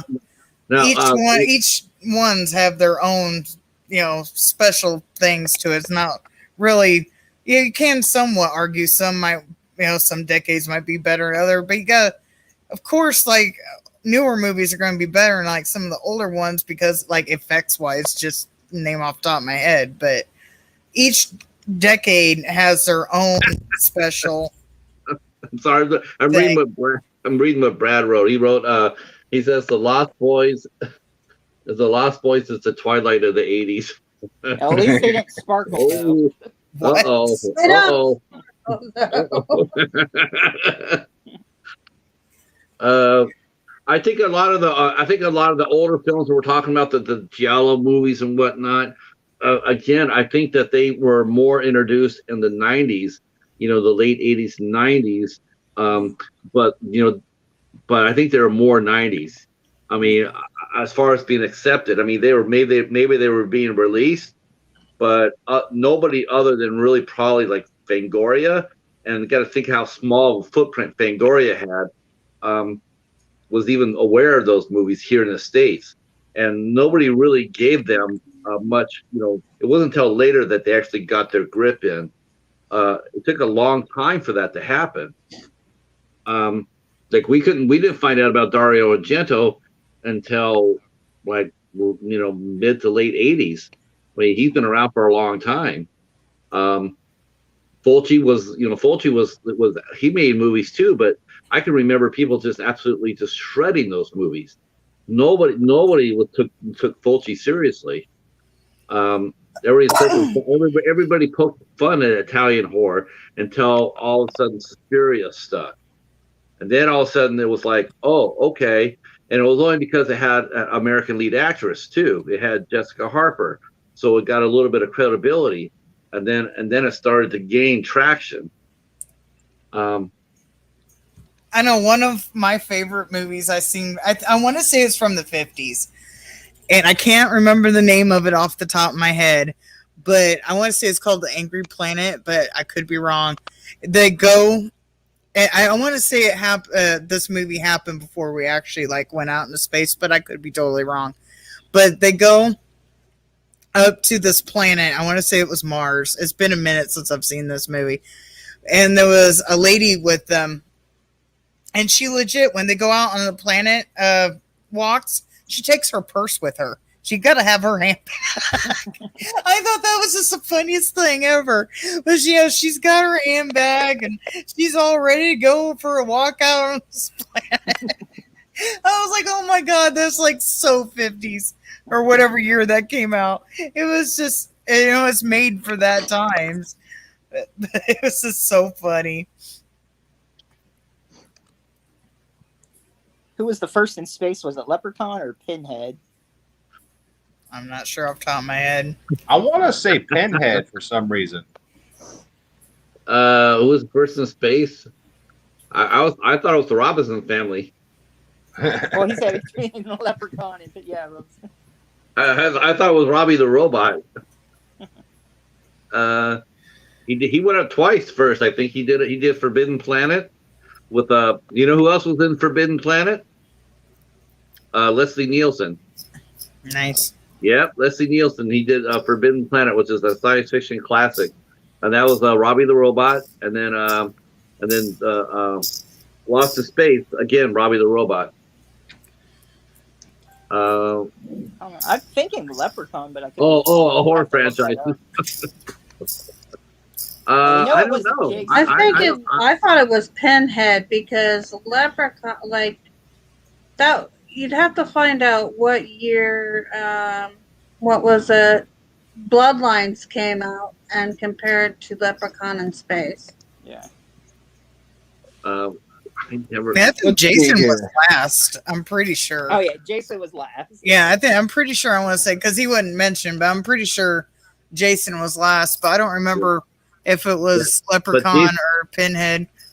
Yeah, but Jason he might have been last, but he damn well was best. Jason X was rocking. Yeah, that was actually the first Jason movie I showed my son because I laid them all out and I said, okay, now pick one. And he liked the cover of Jason X. So I was like, okay, that. Yeah, and then he really liked it. I forget how old he was when he watched it. I want to say 14. I don't know. He wasn't super young, but he picked it and he really liked it. So that was his first Jason movie, was Jason X. I have a soft spot for Jason Goes to Manhattan. I know a lot of people hate it, but it's one of my favorites. Yeah. It's the one I got introduced to Jason from.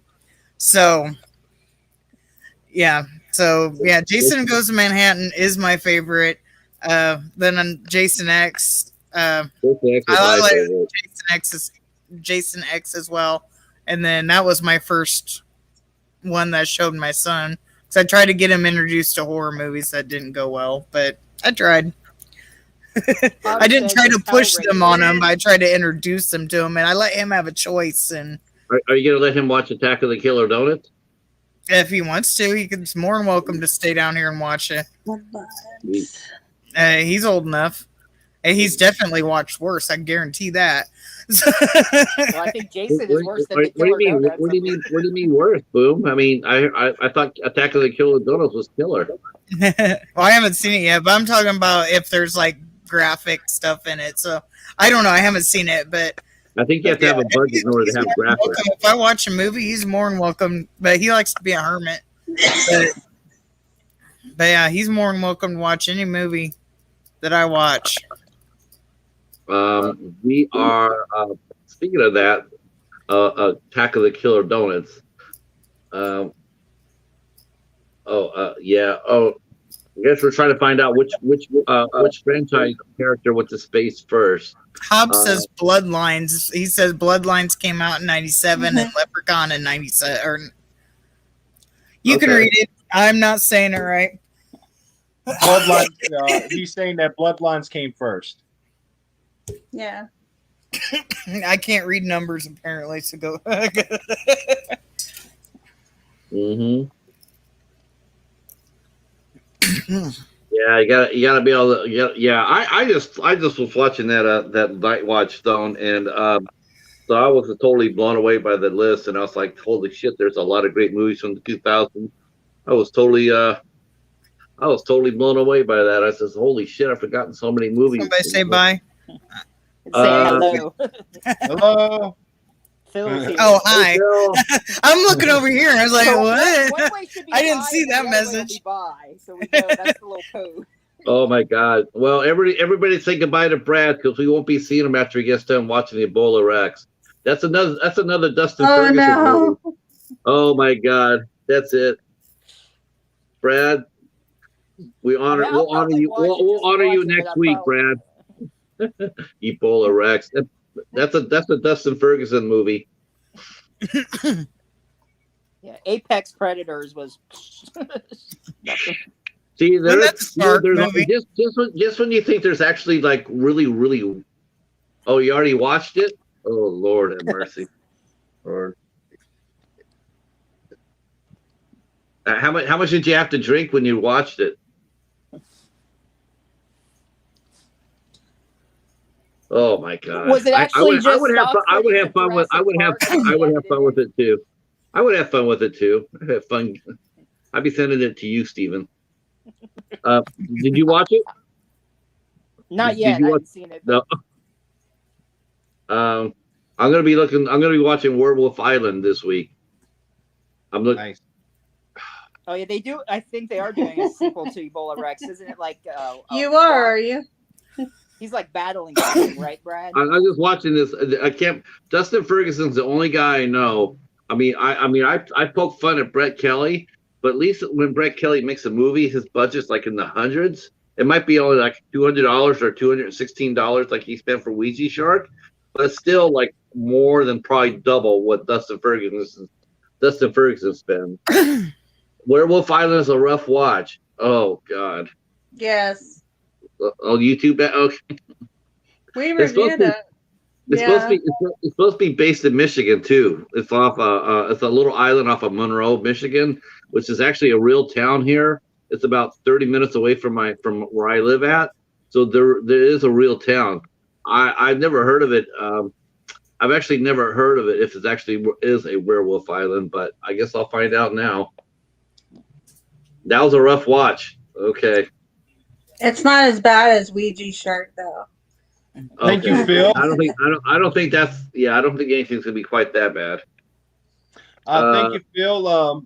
We have a contest going on right now, actually, for our 200 subscriber count. If you haven't checked it out, please hit up our account and check it out. I keep forgetting to make my damn video. I need to get my shit together and get it done. I finally got all my reviews filmed. It's still in my camera though. Oh, I gotta take my disc out and edit everything. But I finally got them after 3 weeks of saying, I'm going to do it next week.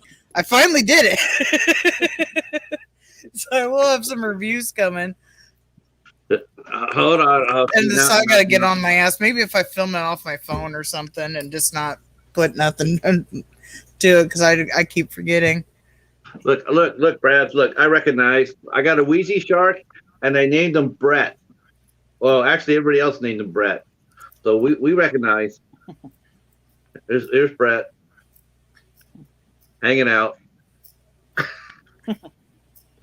Hey, Tim. Thanks, Papa. I like doing my news. It actually, because I can actually sit here and do it for one, but I'm always sharing the news anyway in like all my social media. Like, I might as well start doing videos on it. I mean, I share this shit all the time anyway. Yeah. But I'm glad everybody's enjoying it. Yeah, I actually went off on one of your before we went online live. I was telling you how I was looking over at one of your news articles about they're coming out with a new VHS movie, VHS 94. Yeah. And Going to Shudder. I just wanted to know if the succubus is coming back, if they're going to recast Hannah Fierman as Lily. I didn't go too much into the details of the article, so I'm not sure. They But did, you I can found always it look out. up the article and find out. But I try not to show too much. You know, people can always go and look at it, but at least highlight what's going on because I don't know how much is fair use, so I don't want to read every little bit of the article. So I show you where they're from, give you the highlights of it, and then you're more than welcome to. I also don't cover everything either. Yeah, I actually went to I went to the movie database to look up more news about it, and damn, they didn't have anything. They only had one person cast. But when I read the article, it sounded like they had already finished the movie. So I was like, oh, okay, well, who'd they cast? And then they have no cast. There's still development. I don't think they filmed the entire movie. I think they probably filmed a pitch. And then based off that, then they'll go back and finish writing it out and then casting and filming it. It's supposed to come out at the end of the year. Well, sorry. David Bruckner, who did that scene with, he's supposed to be working on it as well again. And so who knows if she'll have a part in it, whether she's the siren or not. But gotta have her back. Have a good night, Tim. I hope you have a pleasant evening. Bye, Good night, Tim. Good night, Tim. Bye, Tim. I like to get the Bob. I like what Bob Hobbs says. We got Boom News and Community Bugle. That's right. It's kind of a weird question, but okay. I was going to say something. I totally forgot what it was. Mm-hmm. You ever notice that Rogue looks like Bandit from Johnny Quest? I had a lady. I took her to puppy classes puppy training classes when she was young. When I first got her, and I was trying to train her. So our vet had like these puppy training classes, so I went and enrolled her. I had a lady literally tell me that it was a shame that I didn't name her Bandit. That poor dog had to live with such a horrible name that I basically ruined her because I named her Rogue. Oh Yeah. my God. I looked at it, I kept on She was thinking, a like, bitch. Oh yeah, I just kept she on thinking, was. how Audacity of people. That's just Yeah, because they had I want to say it was a German Shepherd. This has been she's 5 now, so it's been like 5 years ago. But yeah, they had a German Shepherd and they was trying to act like all special with it. It was just a fun little like puppy thing that you take teach them the basic skills and puppy manners and whatnot. But yeah. yeah. This is not best in show. Yeah, exactly. And that's what I'm doing it. Yeah. There's like, oh, what is the dog's name? I was like, Rogue, and she literally came from the shelter with that name. Now I had a friend, well, ex-friend now, wouldn't let me because she had dogs, but she wouldn't let me bring my dog over to like get used to her dog because she was a shelter dog and she wasn't a purebred.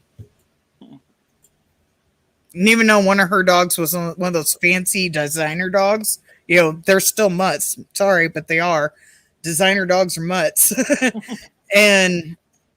But she has one of those, and yeah, I could never bring my dog over to interact and play with her dogs because she came from a shelter. And I was like, all right, but yeah, we're not friends anymore. Where do you meet Not these just because of that, but I don't know. A lot of That's a people weird hate me, reason. and it's usually for really dumbass reasons. But they find me. But yeah, Well, I won't mention names, but Okay, I'm looking in here. I'll go back to the chat real quick, and then I got some news about old Bandit. So let's see. Yeah, Papa loves your news breaks. Papa says good journalism is so hard to find these days. You ain't kidding. Let's see. Chadwick's gonna venture out and watch Wheezy Shark. We'll pray for his safety. I feel for you, Chadwick. Yeah. Look, you know what, Chadwick? Look at it this way. Take notes. Since you're a rising director. Take notes. Look what Brett Kelly does. Do the opposite. Do the opposite. Totally agreed. Yep, The only yep. redeeming thing of that film is like 10-15 minutes. There's a fight scene in this clouds. That is the only thing I like about that movie. Other than that, it's trash. But what about Brett? I rarely call a movie trash. Yeah, it was terrible. Yeah, I rarely call a movie trash, but the only thing I enjoyed about that movie was that damn fight scene in the sky. Yeah. That is it. If they didn't have that, Shark getting high was kind of funny too. That part where she was smoking. I don't remember that, but I might have been kind of tuned out because if a movie don't get my attention, I have a bad habit of being on my phone and like looking through shit. So there's a good chance I missed that, but it's been a minute since I've seen it too. And I will not rewatch it. Sorry. I might replay the fight scene, but other than that movie could fuck off for all I care. It was almost like a Doctor Strange fight scene a little bit. Oh well, it was strange. I don't know if there's any doctor in it, but it definitely was a strange one. But yeah, definitely. Yeah, as you say that was definitely Doctor Strange vibes. I like to sit here and hold a directing class, and invite all your students in and sit there and say, look, I'm not going to give you textbooks. I'm not going to give you bullet points. We're not going to go out there and shoot stuff. All I'm going to do is show you this movie, and then Brett Kelly, and then you do everything opposite of what he does. And Dustin Ferguson. You will graduate. You'll graduate, and then for your master class, you can look at all the movies that Mark Poloni has done, and then if he managed not to do what he does, you'll get your master's. Yeah. Let's see. What else is there? Oh, so anyway, I was mentioning about Bandit because I was looking at Rogue and I'm going like, that he looks just like Bandit. But Johnny Quest was interesting. It actually had Tim Matheson in it. He starred as Johnny Quest when he was just a child actor. He was I think he was like 14 or 15 when he did the show. Tim Matheson, he actually did the show I mentioned earlier on my witches list, and he did the show called Tucker's Witch. He played the husband.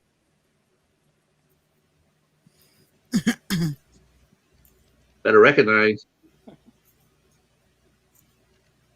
Okay, we can go back to talk about Playboy. I thought You guys. we can only go so far with that. Human centipede goes farther. Nice. Maybe that was in Playboy, and that's why we don't hear about it anymore after they threw in the human centipede. It's kind of irrelevant. It was the fold-out poster. Gen Z doesn't care. Yeah, but cartoons are still relevant, aren't they? I thought cartoons were still relevant. No, they're kind of going down the drain. Is Cartoon Network even still around? I have not been on TV in years. I don't know. Cartoon Network, a lot of it shows as it's either on Paramount or HBO. I don't remember. Which cartoon? It's one of the two.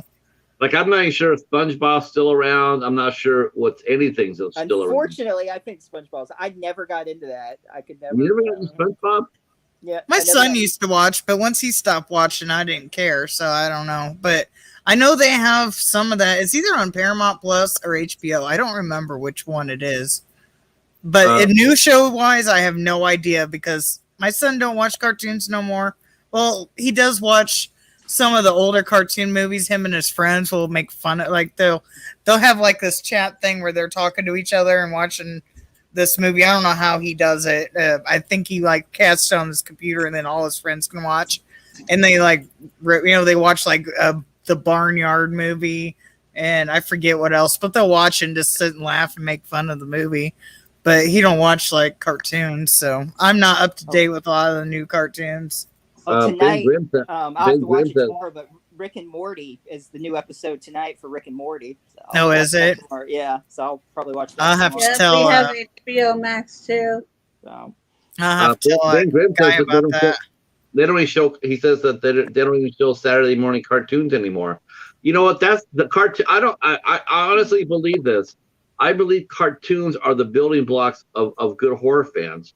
You have to learn how to use your imagination, and I think cartoons is like everybody. That's what everybody cuts their teeth on. You know, you look at cartoons, and then you went to comic books, and then you went to books, and then you started watching movies.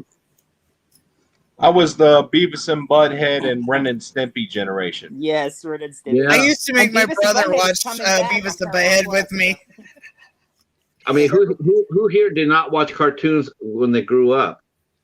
I mean, is there anybody in the chat that has not watched a cartoon? I can't imagine that. Cartoons that's where you learn the imagination from. I remember when I was super little watching Scooby Doo. I was Scooby Doo. I was He-Man. I was G.I. Joe. Yeah, Hell exactly. yeah, She-Ra. Mhm. Yeah, I was all that. Thundercat. I still have my He-Man figures. I got the Castle Grayskull in my mom's basement. Hell yeah, I was all that. I had Hot Wheels and shit like that. I was a big tomboy, but Wow. Me TV has Saturday I'm a morning generation cartoons. older, so I had the different cartoons. yeah. Oh well, You Bobby's know. World. Chadwick says, yeah, I remember Bobby's World. That was a I don't know what You have Bob's things World like is. Wile E. Coyote and stuff just on the normal channel. That was Yeah, the Howie Mandel. There was no cartoon. such thing as a Disney Channel. yeah. I watched that stuff too. Tailspin and DuckTales. Oh, and all that. I remember watching. Yeah. I was a little bit older when those came out, but I watched them too because I think my brother was young when Darkwing those Duck. came out. What cartoons did And Albert. I had no Okay, idea you know Tyler what? Perry Medea had a cartoon. I had no idea that they. I kind of like the Halloween Medea movies. Those are kind of the Boo ones or whatever. I forget how they titled it, but there's a few Tyler Perry movies that I like. I won't say all because there's some I don't, but I had no idea he has a cartoon. That's amazing.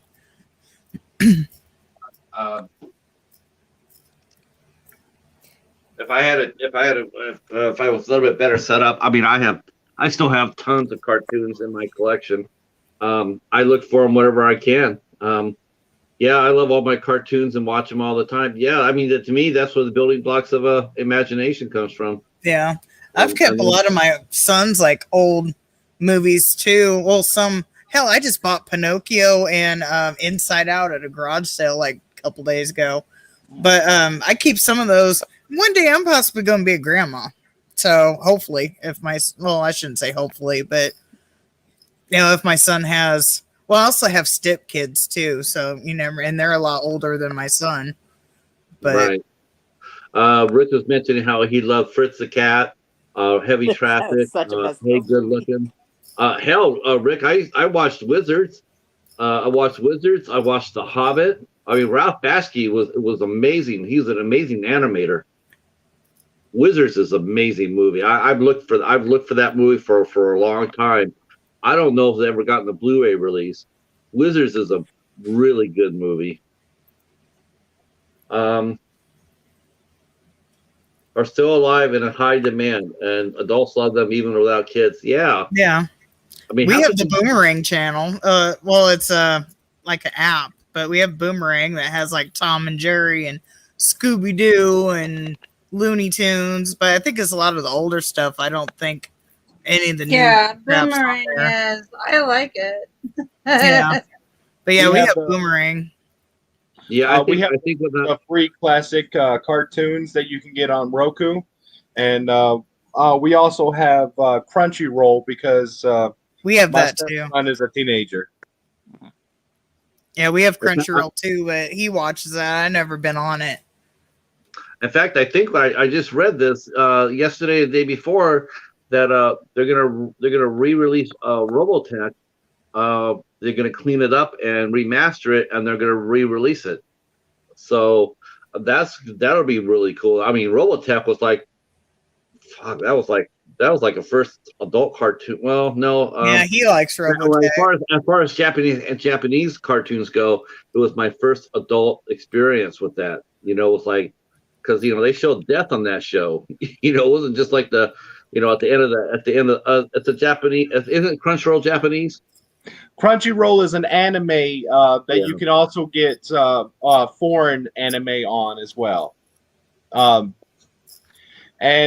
it costs $20 a month for everything, and you get like if something goes live in Japan, you get it an hour later on the site. Nice. I know we have it, but I've never watched because I don't like anime. I really don't. So he's literally over there watching anime right now, but I've never been into it. And I have like no problem older. with people liking it. Everybody likes their own thing, so don't come at me or anything. But yeah, it's just anime's not my thing. It's not I don't coming like at you it. at all. No, I'm just would saying that beforehand. No, I would really encourage you to. If I always say this, if I could introduce one person to one anime and just one only, I would just encourage you to watch Akira. That is the table setter right there. That's a classic. I think my very first anime I was ever shown was Fist of the North Star. But I believe I don't really remember it, but I remember it being crazy. But It was, of I course, don't like the Vampire- new style of anime, really. I just like the old. that might be my problem too, because I don't know what like generation he watches. I have no clue because I don't follow it. But I'm just like, I don't really like it. The only ones I've watched: Vampire Hunter D, of course, Ninja Scroll, Ramna and a Half, where he's cursed. When he's splashed with cold water, he turns into a girl, back into a boy. Descendants of Darkness is a good one. High School of the Dead, and then something I think Rosario Vampire, where this kid ends up going to a monster school. But that's it. I think Transformers came first. I think Robotech did. I mean, as far as the Genesis for for Transformers might have been out there, but as far as the series itself, I think Robotech did. But I'm saying, in saying that, I mean, Japanese animation. I mean, look how much influence they've had on our our science fiction. I mean, it's amazing all the shows that came from Japan. That more so than the movies, I guess. But no, Robotech came first as far as I remember. But I do will say this, like Power Rangers, that came from Voltron, and Voltron came from G-Force. Twilight of the Cockroaches? What the fuck? What'd you say? I was reading Tim's comment there. Twilight of the Cockroaches. What the fuck? Twilight? Oh, I just now saw that. What the hell? Is that a show or a movie? Is that legit its name?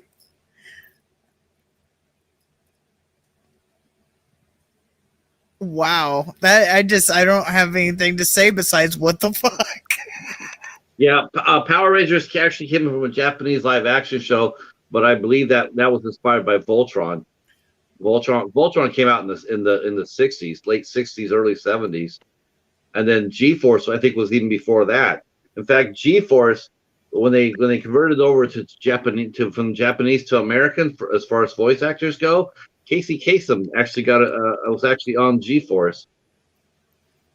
Since we're all talking about anime, I'll bring this up. You want an uncomfortable conversation? Ask your son and his I think it was 2 or 3 teenage friends what the hell hentai is, because I had no idea.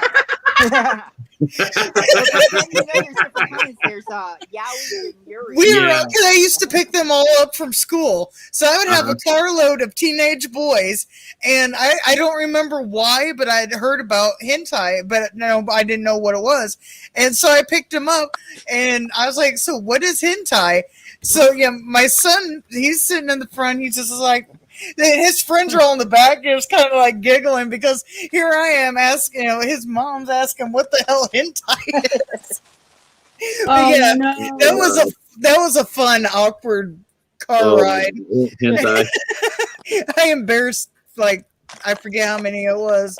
We'll say 3 to 4 teenage boys in one shot, but I had no idea what it was. I didn't know what I was asking about.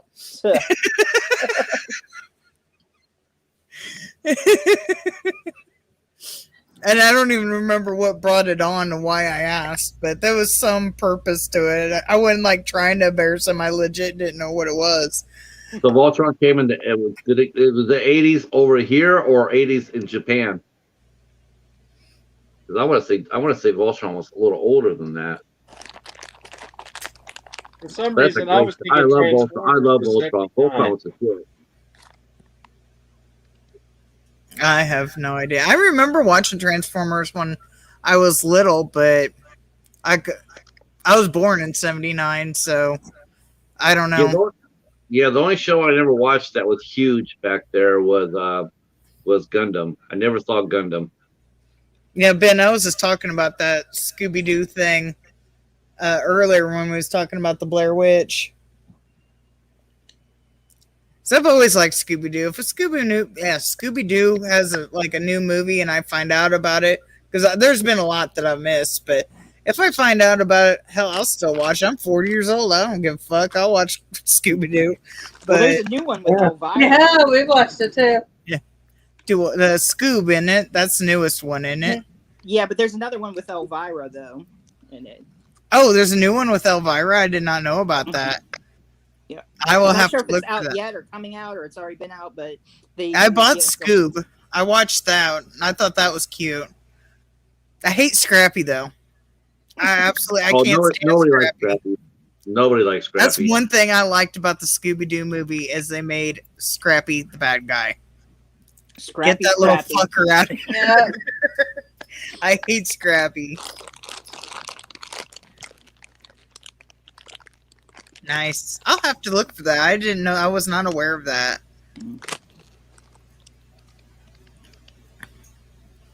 Scarecrow from Batman in it. Cool. Okay, I didn't know Batman was in with the Elvira, but No, it's Scarecrow from Batman. oh, I mean, Batman. I read that wrong.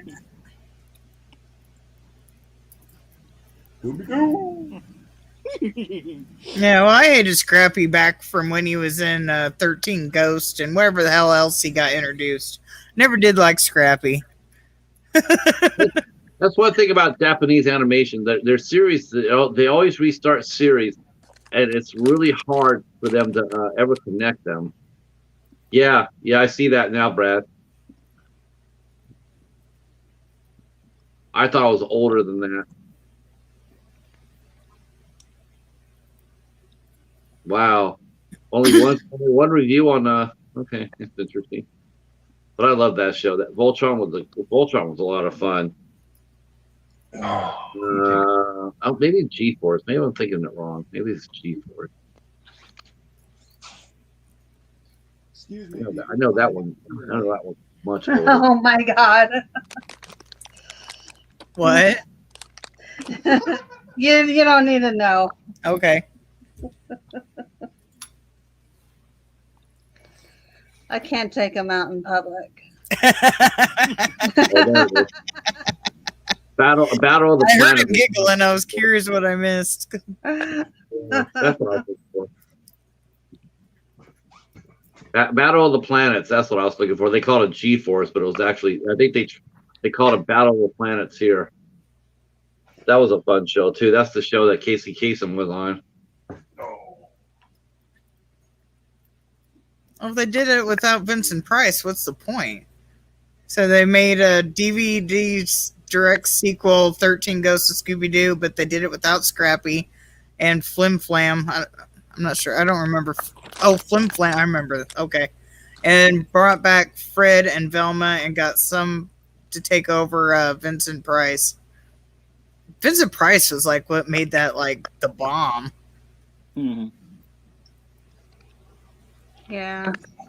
Battle of the Planets. That must be anime. I have no clue what that is. Yeah, the when it came over from Japan, it came over from Japan. Well, yeah, I know Vincent Price died.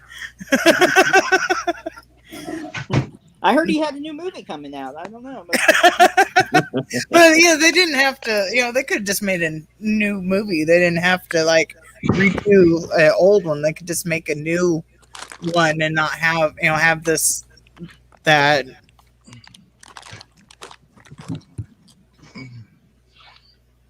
Did you, Brad? Did you get the live action version of Battleship Yamato? They actually made a live action movie of it. That was Star Blazers.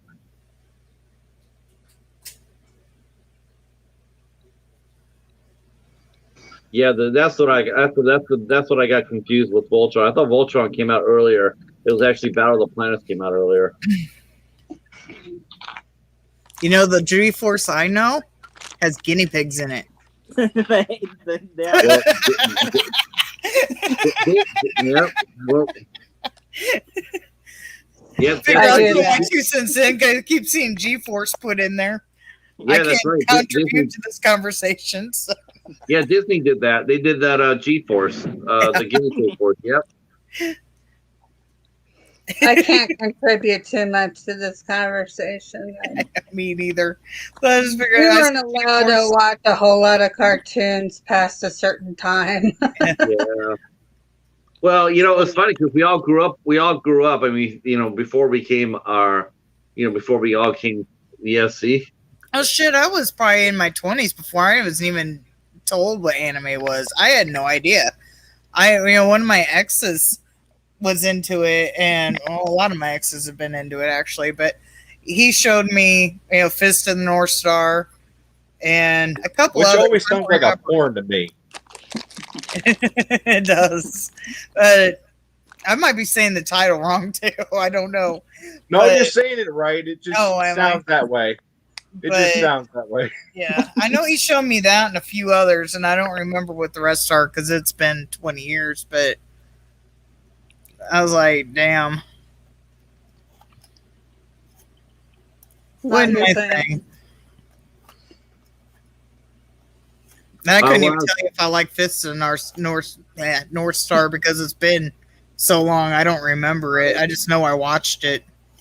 It's just like you really don't get to see too much of that stuff out now. I do see Target still have some anime out, or like they have the Howl's Moving Castle. The Mizrahi. I probably killed that name. They still have a lot of his work out at Target. They actually had a steel book on The Cat Returns. I almost picked that up the other day. God, I watched those when I was in San Jose. I used to watch those at the art house theater. They used to have animation festivals. I used to go to there. Spike and Mike's Twisted Cartoons. I used to go to that. I used to go to that festival. They had some weird shit there. Rick's saying Fist of the North Star is dope. Love the movie. Yeah, I actually found a copy of Vampire Hunter D at my library. I couldn't believe it. I was like, what? I can't recall if I've seen that or not. Like I said, if I did see it, it was like 20 odd years ago. Yeah, I can't even remember where I got it. I remember seeing it, but I think I saw an edited version. and this was unedited, so I'll be able to, Yeah, I have no idea. I um, remember getting it from Suncoast when Sam Goody and Suncoast were still around. I used to work at Suncoast, and that's when I first saw Vampire Hunter D.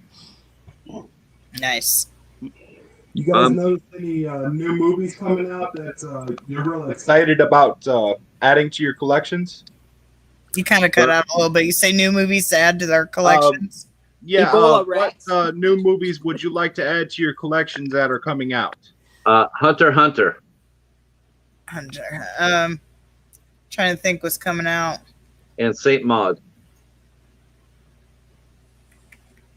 Those are the two I'm looking for. I haven't seen Spiral yet, and I own every single other Saw movie, so I would say I would probably add Spiral. Mhm. So I just bought Unholy, so 'cause I bought the early release on Vudu. How was Unholy? It was all right. It wasn't that great. It wasn't that bad. It was like, eh. I actually got a review on my camera. It'll be posted sometime this week. Was it rated R or PG-13? I don't remember. To be quite honest, I don't. I'll probably get that at the library. They'll probably shoot that down because I remember hearing about it, but I don't remember. I mean, it showed advertisements for it on It's the TV. definitely CGI heavy, but it's not Sci-Fi Channel worthy CGI.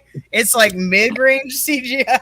We'll go from Sci-Fi Channel CGI, Kong versus Godzilla CGI. Unholy is probably like eh. Like the monster itself wasn't that bad, but there was like some CGI of like I think it was the fire that was like totally bad. It was like they fucked up the fire, but the monster's like eh. But yeah, Carl, what was his name? Carl Ewells or whatever the fuck his name is. Jeffrey Dean Morgan. Sam Raimi produced it. That's the main reason I wanted to see it because I love Sam Raimi. But yeah, I bought that, and I bought Benny Loves You, and what else? I bought Aquarium of the Dead. It's PG-13, rated PG-13. Trying to think. I can't Did you even watch think what's Benny? coming out.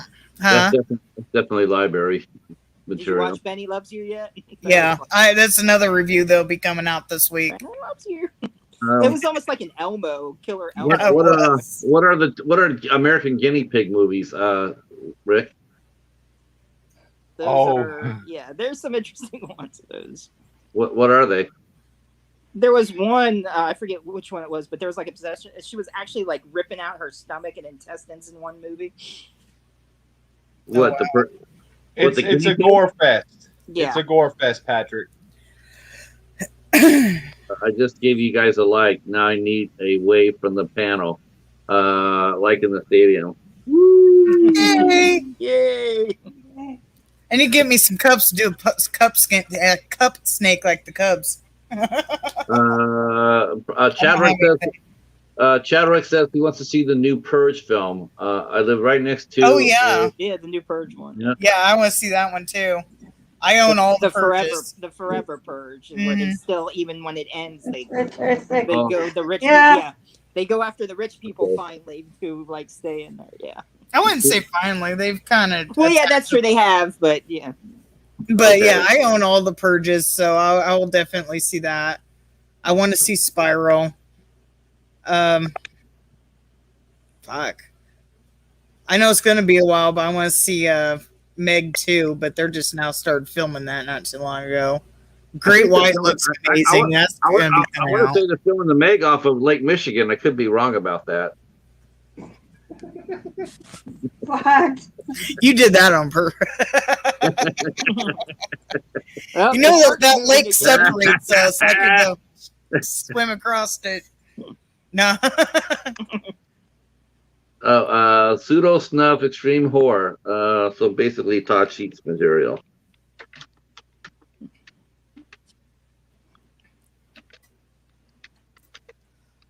I'm trying to think. I know Great White looks amazing. I'll probably buy that. Add to my shark movie collection. There was another shark movie coming out, and I know I reported on it for life of me. I can't think what the other title was. I'm getting very curious about this movie Antlers coming out. That's supposed to be coming out by the end of the year. And I'm not sure if I've seen anything about that. Is that it's the Kevin about Smith it's one, actually or- about a mythical Canadian creature called a Wendigo. Oh yeah, and- that's not only Canadian, but yeah. Uh, Oh, there went it's Patrick. a mythical creature. Yeah, it's a mythical creature, but it's not just Canadian. Yeah. It's more of a Native Native American legend. Because they've had like Wendigo in like in Wisconsin. Yeah, it might have been Yeah. Native American. Yeah, it's Native American. Yeah, the first time I ever heard about a Wendigo was in a comic book. Seriously, it's the first time I heard about it. He was Marvel created a character called the Wendigo, and no, can you guys hear me now? Yeah. Yeah. Yeah. Because Tim saying my audio went out, but Yeah, you froze for a second. did I?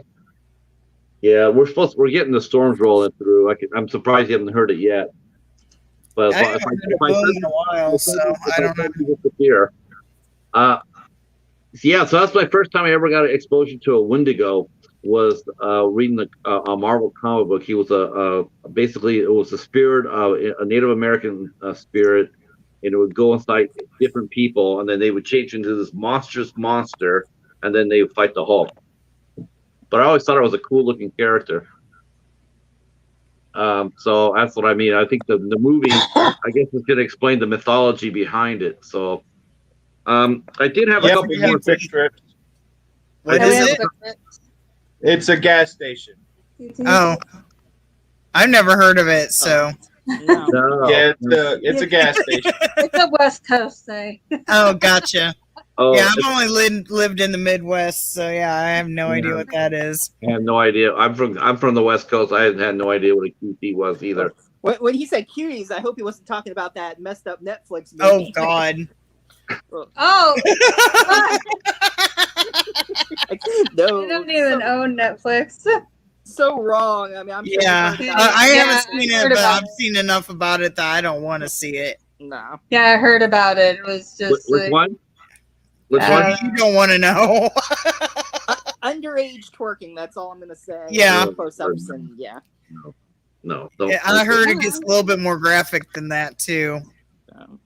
So Honestly, that's what made us go away from Netflix was when Cuties came out.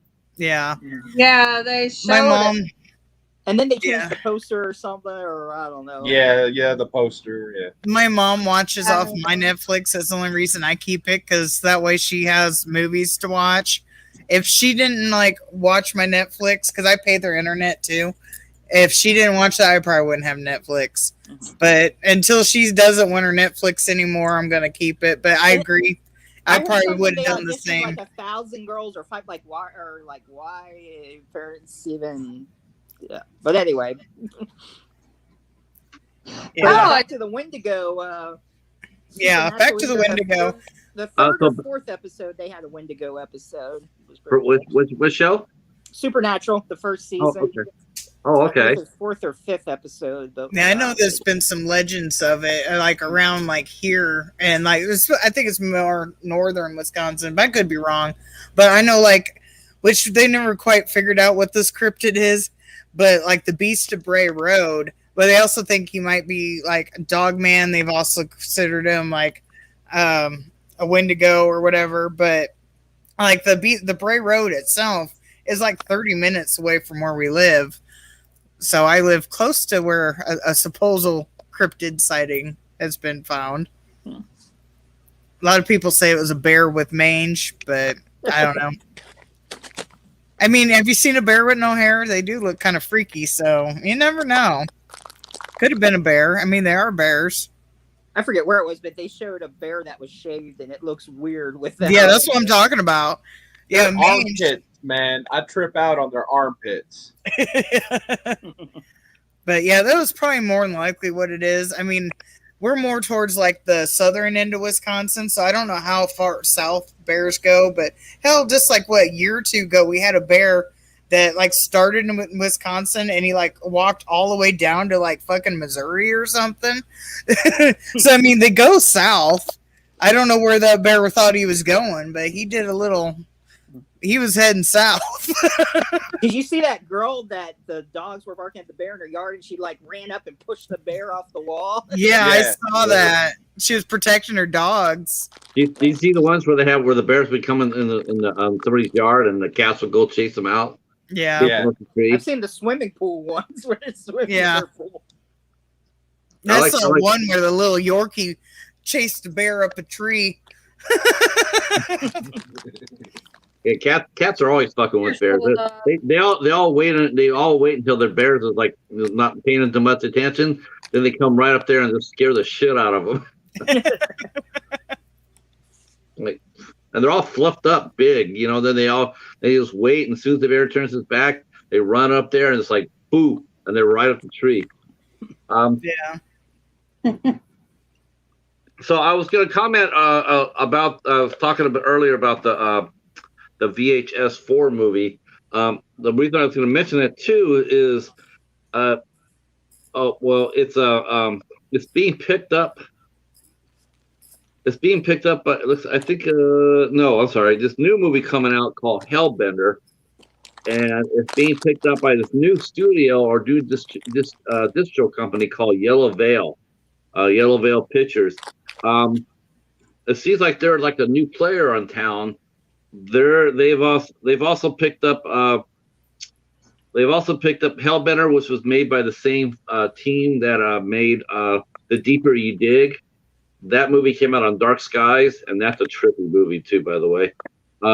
So Hellbender's coming out, and then Yellow Veil picked up they picked up the distribution for the George Romero's Lost movie, the amusement park movie.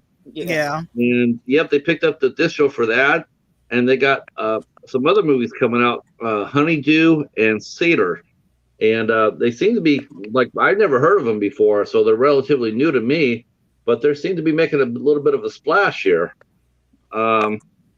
So it'll be very exciting to see if because before I'm thinking because a lot of these companies are being overtaken, like Art Exploitation, whose movies I've filmed or I've reviewed, they got bought by Kino Lorber, and I want to say I heard someone say that Zavi might have bought an Arrow over in England.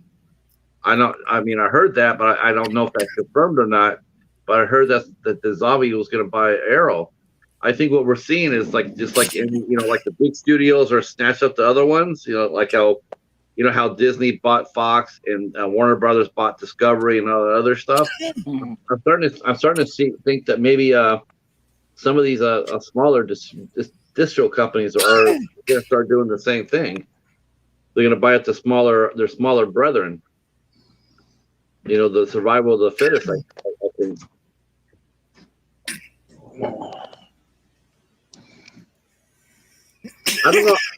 I don't know how good that will be for us, though. I think anytime a company overtakes another one like that, it becomes more and more like a monopoly. There's no competition, which means the prices will be fixed, and they don't have to move, mess with the prices because there's no competition.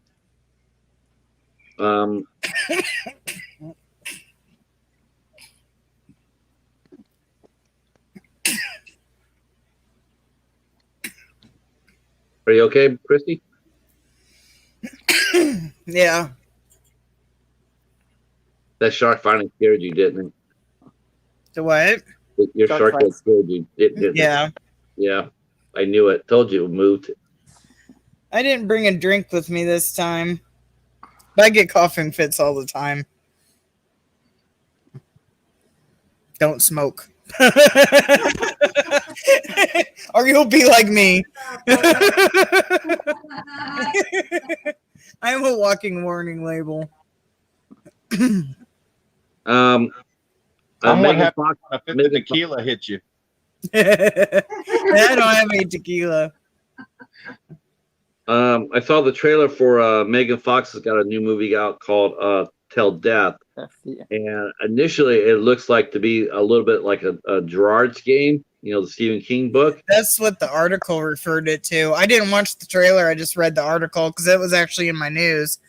But yeah, it was referred to as like Gerald's Game. Yeah. Did you cover that one too? I just saw it today. I saw that and I'm like, wow. I haven't seen her doing anything since Jennifer's Body. I don't think. She did that movie Rogue too, but I heard that wasn't very good.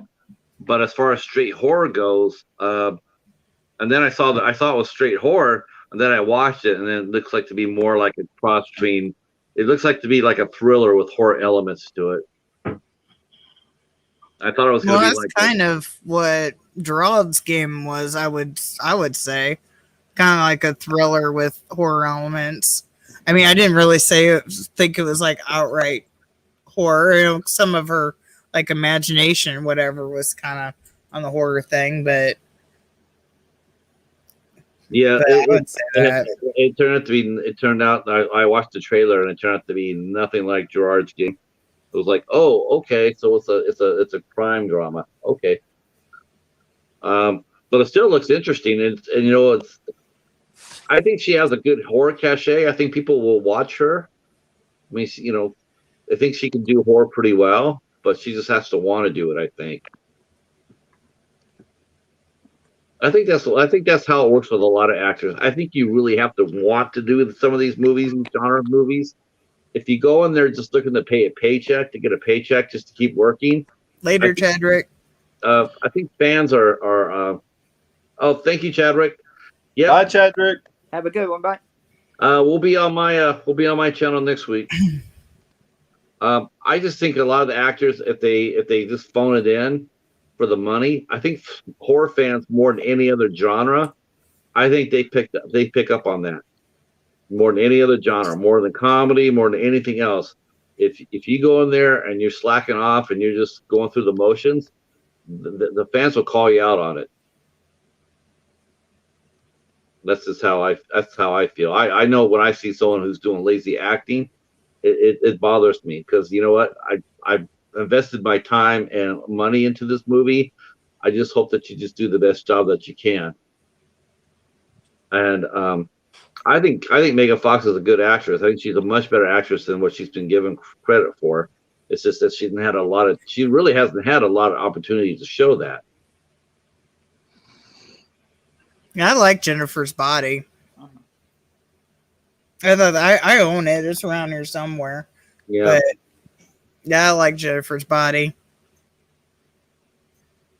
I thought she did a fine job. I mean, her and Amanda Seyfried, I mean, they were really good together.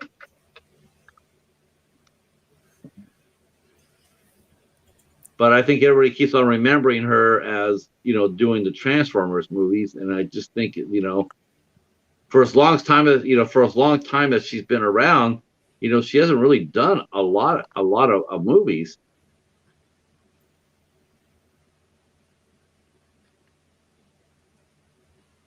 I don't even know how to respond to that one. Natalie Portman phones in her performance. So you say that every movie she's in, she's digitally enhanced? What the fuck? Well, I don't know. I don't know about Unless that. he means auditions. That's probably what he means. Auditions. Yeah, I mean, what I mean by phoning in is just like, it's like they don't try that much. They just go, they get the script, they memorize it, and they go out there and they do it. But there's not much effort into it. There's not like when you watch somebody, you don't really think of their performance. Like when you think of a good movie, you start naming an actor, and you think of what made them so good was because of the performance.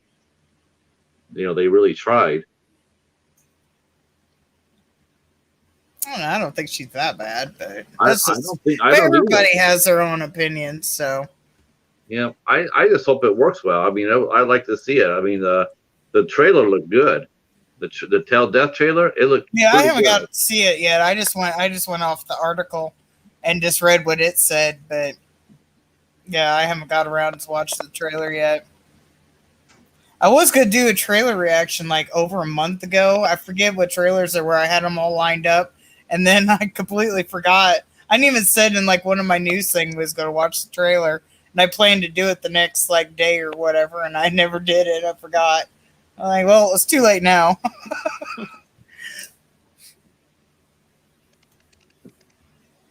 I know one of them was Great White, and then the other one was the other shark movie is coming out. For the life of me, can't think of the name. And I forget what there was like 2 or 3 of them I was going to watch and do a reaction to, and fuck if I know what they are. But yeah, that Great White though, I know I keep mentioning it, but it looks amazing. It just absolutely looks amazing. Let's see who's in there. I'm gonna see who's in that. I have not heard. I haven't, other than you, Boom. I haven't heard anybody mention that. Mention what the movie? Yeah. Now I forget where it is in my video, but yeah, well, it does say people only watch like 4 minutes of my video, so there's probably a lot of news articles of people. No, it's a new movie called Great White. Yeah. It has. The only name I recognize on here is Katrina Bowden from 30 Yeah, I Rock. couldn't tell you who was in it, but yeah, it looks really good. I've seen a couple trailers for it, and that's not the movie I'm talking about. There's a new movie coming out that's called Great White. It's either I want to say it's Australian.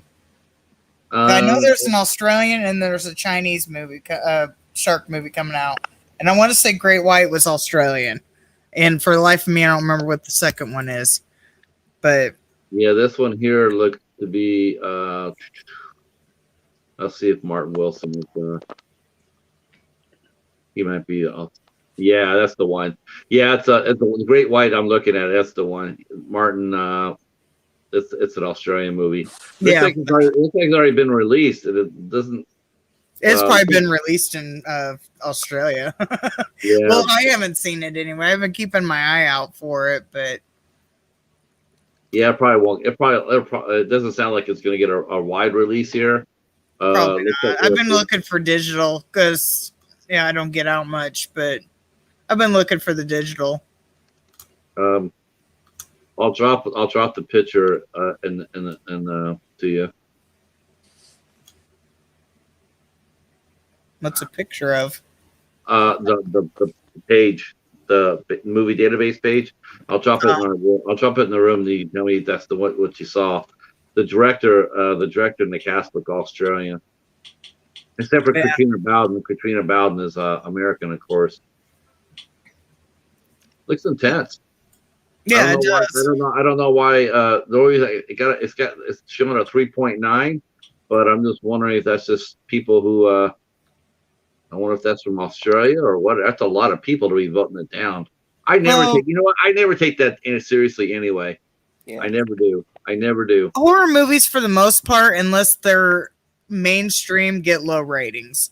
So you take it how you want on IMDb, but a lot of times if you look at the ratings on there, I mean, I know because I always add the IMDb in all my reviews, but a lot of times, a lot of really great movies only get no higher than a 6. So you can't really take this, especially because a lot of these are from critics, and critics hate horror movies. Yeah, they do for the most part. Yep. Most critics hate horror movies. Yeah. This is a shame because I think each movie needs to be judged on its own merit. I mean, just because Ouija Shark's like a 1.0 doesn't mean that every shark movie after that should be a 1.0. I think I found Great White on BTV. Is it on what is it? A BTV. A tourist trip quickly turns into a living nightmare when 5 passengers on a seaplane. Is this it? Becomes stranded miles away from the shore. Yep, that's it. Katrina Bound. Let me see if it plays, if it connects here. Let me see. Because it says it's got a 720 quality on it. Let me see. I'm just curious now. I might watch it later. Not tonight, but Yeah. and make sure it's the right movie. There's been times before where they had like a movie, you go to watch it and it's a totally different movie. Yeah, 'cause if I'm thinking what I'm thinking, you're thinking that app's Oh, it's a really bad copy. It looks like camcorder. Probably And then it is. says, Go to slot lights. Oh, I'm not gonna watch that. I hate it. yeah, I kind of figured that's the site it was on. It is so bad. Yeah, it's shit. Yeah, I kind of figured that much. And I hate that when it has those ads on like slot machine and like stuff pops up. Oh my god! Now it's going black and I can't watch this. Yeah. I'm not watching that. Now it's like Chinese or Indian, right? No. Okay. Yeah. Never mind. I kind of thought you was on that one. I couldn't quite hear what you said, but yeah. BTV. Yeah. Yeah. Yeah. Kind of like Cyberflix and stuff, but yeah. I don't. We watch used to those have movies. Cyberflix, but it disappeared for some reason off our Android box. I think they updated it because there were issues playing. You had to do an upgrade on it to fix it. Yeah. But these sites are not good sites, so I wouldn't completely condone this. Yeah. These are down low way. Well, no, they're not download. They're streaming. But No, I didn't say sometimes download. the I quality said is down good. low. I didn't say download. I said down low. Oh, I thought you said download. I'm like, No. These are naughty sites. And not in the fun way. No, not the good naughty. No. I'm not the good naughty. Sometimes now and then I'll check it out, but I still like buying my physical collection. And this Right. is so crappy. Oh my god, it was hurting my eyes watching it. But yeah, cause I think we have that too, but I haven't been on it. But I tried to look at something on Cyberflix, and for some reason that app just like completely disappeared. So I guess No, we only wish, but no, we don't have any black leather and whips right now. It's like, oh, now we're on Well, at least 69 we Shades of don't. Grey. Maybe one of the panels might.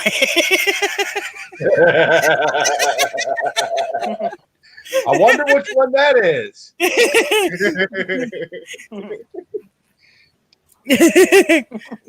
It's Steven with his hidden Playboys. I got Yeah, now we know about the other entertainment box. Mhm. I got the sex layer dungeon, everything, some cages, a collar shotgun, some whips. I got it all. You name it. You need to clip that and put it on a dating profile.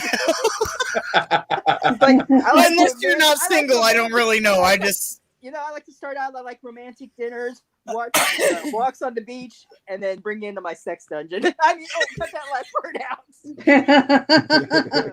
you're the real life, whatever that, 50 Shades of Grey. Was it Gray? Is his name? I think, or something. Or Fuck if I know. I've never seen the movie. Yeah, it's Christian Grey. His Christian name Grey, is Christian okay. Grey. I've never watched a single one. But I never watched it because I lived it. So. I read the books, and they're totally different than the movie. Are they? I I've watched the never read. first movie, and I was like, "Wow, wrong actor. He's supposed to be a redhead," and Well, Hollywood hates redheads, so what do you expect? Yeah, I know. Isn't that sad? That's the perfect role. Is a redheaded character. Right. But yeah, I've never read any of the books, and I've never watched any of the movies, so I know shit about it besides people talk about it. But Besides, before they had the third ones out, when they only had the first one out, they used to joke around. Yeah, the sequel's coming out. It's called 69 Shades of Grey. missed opportunity. Missed opportunity. Yeah. There's a lot of missed opportunities if you think about it. People could go haywire on that. Hey, that's the topic we could talk about. Most enjoyable BDSM related movie. Oh my god! I'll go first. Secretary. What was that? Are you Secretary. talking about the horse one with the whip, or are you talking about the racehorse? No. Let's beat biscuit. Well, that horse did not win. There's a secretary What the too. horse? You're thinking of the Secretariat. Okay, there we go. What about the sequel? Seabiscuit.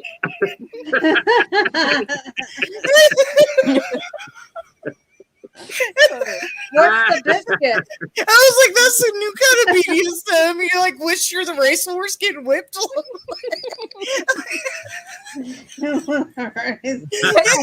Watch him whip it. Nay, nay.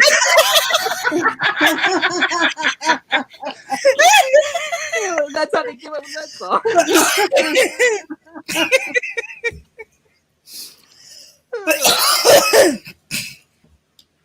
Oh my god. Back to the adult version of tonight's show. Think about all the movies with horse races. Did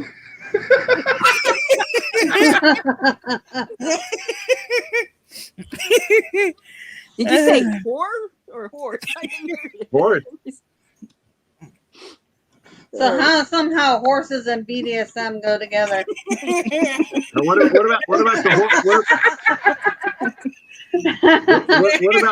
What about the You horse need to draw whisperer? me a diagram.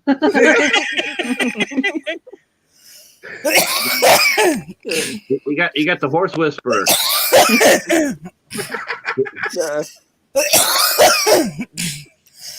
Yeah, I wonder what he really whispers. Whitney, make me write bad checks. Would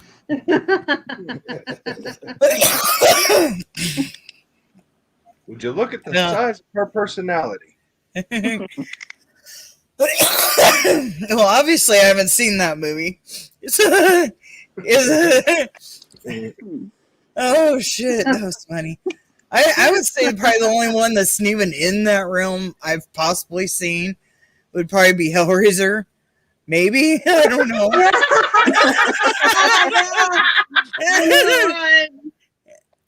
They do have That's the some only thing I stuff can to think show of that's like even close to that I've seen. I know it's not the same, but I can't think of anything else that's even remotely close. I did find some interesting movies on Tubi though. That was called. I didn't watch one, but they look fun. If you know what I mean. It was called Witchcraft. I think it was Witchcraft. I wish I had my remote right now. I'd go on Tubi. But it was called like Witchcraft, and they was like up to 15. But I think they only That's had what like. Joe the Horror Man, he reviewed all Yeah. the witchcraft. Oh, did he? I think Yeah. so, yeah. And Yeah, he reviewed all of Yeah, them. they look like they were special type of movies. There's there's 16 of them. yeah, Is there's there? not for porn. I kind of figured that by the covers. Thank God for Cinemax, right? Skinamax, yeah. I have no idea. They were on Tubi's, all I know. Well, Like a Fabio poster. Yeah. Yeah, they did kind of look like movie Fabio book posters. cover. How many book covers has Fabio been on? I have no idea. I met him in the 90s, though. Oh, you did? Yeah, There's he a came. poster of him on a game. Oh, nice. I met I had an autograph. I don't know what I did with it because I was young. I was in my teens when I got it. But yeah, he came to our mall for like a signing. So I met him like in, I forget. I know it was in the 90s, but probably late 90s. No, mid 90s, I would say. It was before high school, so I would say mid 90s.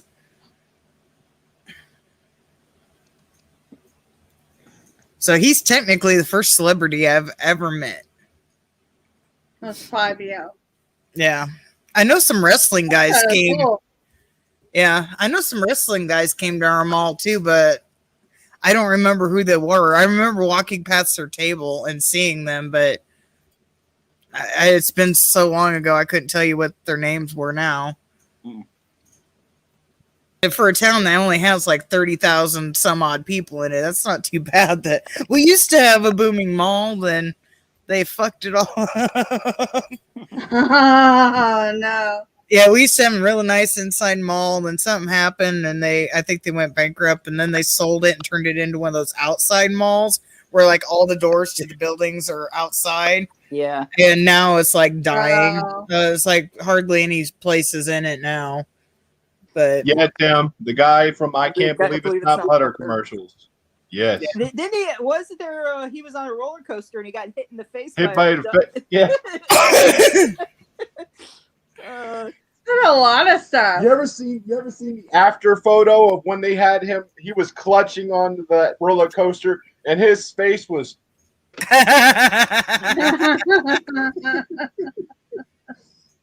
It was not an attractive look for the Fabio that day. what kind of bird? It wasn't a duck, was it? Or what? I mean, it was some big. I can't remember what. It was a bird. I can't remember what type of bird it was, but he was on the roller coaster. And The if it's- bird flew by and did just. I don't think I ever saw that. I'm sure that's probably on YouTube. If you look, I'm sure Probably. that's I will have to look for I'm it. sure you could find it. Yeah, Oh, I'm sure we're it cutting would be edge on. with this Fabio material. Tell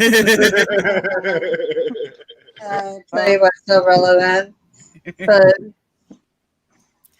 So, Steve, what kind of BDSM movies do you have hiding under your bed? Oh, I would ask Patrick, I but really can't think of any offhand. you're turning red. Steve, break out your hentai. Steven, bring out your hentai. Oh, yes, my hentai. No, I'm laughing so hard. I'm like turning red. All right. Uh-huh. It's the lighting. A wife That's out. all. It's not guilt. Uh-huh. Admit it. You got a wifo. Well, I did. Like I said, I worked in Suncoast. There was tons of hentai. My coworker always was buying them. Like again, he's like, it's like, yeah. It's like, okay, whatever. I was get his section. stories about guys burying their pillows and stuff all the time. So Well, what their pillows now? the hentai pillows. Guys in Japan will literally marry the pillow. Yeah. Okay. Yeah. Yeah, And then there's the this is an actual. nice guys and what is it? Nice guys and what's the other one? Shit. You talking about the fedora wearers? Yeah, those people. Those people. There's I can't think of what the other one's called. There's the nice guys and I forget what the other ones are called. But yeah, that some of them have it too. So it's moved here because I've listened, some of those videos that have the robot voice that reads Reddit stuff because I don't have Reddit. So I listened to some of the stories, and oh my god, was funny. I don't know if you've watched any of the episodes of Big Mouth, but the one kid, he's bisexual and he sleeps with a pillow and a cushion, and they talk like the cushion's the male cushion and the pillow's the female, and they have like No, a I've never relationship. seen He's like, Big "Yo, Mouth." babe, it's okay." He's like making out with the cushion.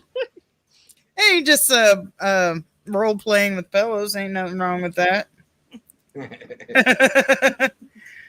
Until you start like carrying it around like it's a real person. Yeah, that's like I just practice on my pillow. But they do. At But least they it won't talk, at do. least it won't talk back. So whatever. We just watched a YouTube video of a man who collects sex dolls. Wow. Yeah, and he puts them around his house, dresses them up, puts them around his house like they're his family. Oh my goodness. And his wife, he has a wife. She is all a part of this too. Oh my goodness. They have Wow. tea parties. They have tea parties Yeah. with the sex dolls. That's yeah. Each their own, but okay. on that channel they have on an internet channel. It starts with a Q. I forget what it is, but what's her name from Pitch Perfect? The sex doll is alive and talks to her and gives her ideas for writing a movie and stuff. It's got a talking sex doll. Hannah-B, yeah. No, it's a live action. It's talking to her, and she starts to throw it away, and she's like, "Oh, I'm sorry." She's like, "Ah," and she's like, "No, I'm totally hallucinating." Oh. Quibby, does that sound right? Quibby, does that sound like Oh something? god, that went away though. I have no idea. Yeah, that's Oh, that okay, was it's not right anymore. Yeah, that No. was the show it was on. I forget what it was called, but yeah, she was in that. That was a weird experiment. 10-minute shows that only Yeah, lasted 10 10 minute minutes. shows that they had. Yeah. Ridiculous. So, Steve, you haven't gave us a movie. At least my movie was stupid, but at least I said something. I can't really think. Yeah, of we're any. still waiting on you. I honestly can't think of any offhand. I'm just picking on you because I'd feel bad picking on Patrick for it. So it's only because I admitted to the Playboys, but it was Buffy characters. That's the only reason. Patrick probably has a whole library and he's not telling us. Nope. Nope. Never. Don't have anything like that in my house. Well, you don't even have 1957 Mrs. Calendars? I don't have anything like that. No pinup girls? No pinup girls. No Marilyn Monroe with the. No Marilyn Monroe. No nothing. No girls. No nothing. Just my girl. That's the only thing I have up is my girl. That's good. Yeah. But no, but it's fun. I mean, I know a lot of people collect that sort of thing, and there's nothing wrong with that. I mean, they collect hentai, they collect animation, they whatever. I like me, I was just shocked when I heard about about Charisma Carpenter. I'm going like, hey, she did what? Because most of the time that would make headlines, and it's just like, what? Yeah, when I heard that, I'm like, no way. I'm like, and then I'm like, yeah. I was kind of disappointed in her that she went there. Yeah, it's just really a shame. I know it's money, but still, It's not like she wasn't making money prior to doing it, so I don't know. Yeah, it's not about the money then. It's trying to say, I guess maybe trying to stay relevant. She's already relevant. That's what I Well, thought. It's already relevant. That's not the song. It could be just a self-empowerment type of thing, too. Oh, she did it in 2004. 2004, yeah. Yeah, 2004. And like I said, it was after she had her baby, too, so I guess she was trying to show that even though she was a mom, she's still... Yeah. So I can Yeah. see that. So that was 17 years. So she was 33 when she did it. What year was the Mercedes McNabb Harmony? And she was also in she did it too? Yeah. Wow. Was it okay? I had no idea she did that. Mercedes? With my issue with her, I almost felt like messing with her. I hate her in real life. She is a bit. I call her Mercedes McBitch. I can't stand her. Who is it? She played. She was also in Addams Family. She was the Girl Scout girl, the little blonde, and then she was. Oh, yeah. Oh, her. And she's the Girls Gone Wild in the first Hatchet movie that were insulting each other. And she was topless in that too. But no, I can't stand her. The very first time I met her was at a Buffy convention. I ended up refunding my photo op because she was rude to me. We saw her. She was getting into an elevator with her friend or PA or whoever was with her, and we ended up like pretending we had room and got on the elevator too. And we didn't say anything at first, and she was literally like almost shoulder right next to me, and she kind of had a smirk on her face, like, "Oh, these three know who I am," type of deal, And I didn't say anything to her at first because I didn't want them to think that's why we got on, And this was as I was younger, of course, and I was like, "Oh, let's ride the elevator with her." So then I was like, thanks for coming. I'll see you tomorrow. And she's just like, that's great. And like, before I could even say anything, the girl that I met, her friend Jill was like, oh, I don't think she really cares.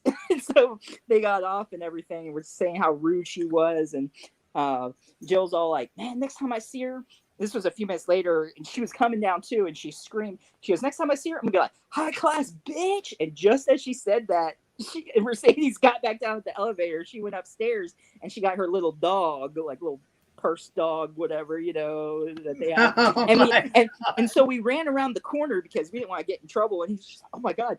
And these two guys, I don't know if they were a couple or not, but they were very flamboyant and gay. And they're like, what was that about? And so we told him the story. He looks around the corner and goes, oh, so you're saying there's two bitches down there?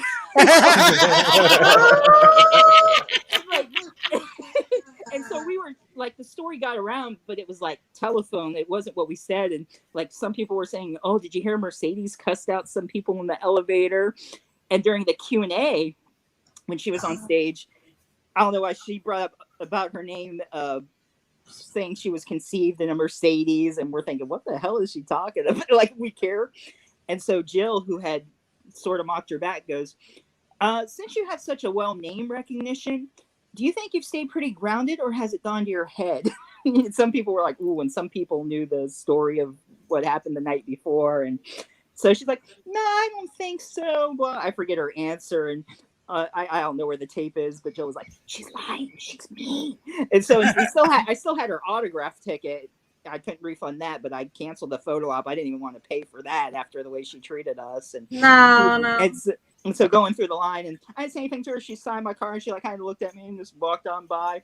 And then I saw her again in LA at Booster Bash. It ended up going out of business. And I was going to write a Buffy the Vampire Slayer fandom book. And I guess people didn't believe me. They didn't send me enough stuff. And I did interview Joss Whedon and some other people, Camden Toy, and a bunch of the guests. But I left the bag at the table. Robia, who played Jenny Calendar, Claire Kramer, Julie Benz, and Mercedes Bitch Nab was there. And I left the bag there, and I was kind of freaking out about it. And I went back, and I didn't see Robia, but I saw Julie with Mercedes.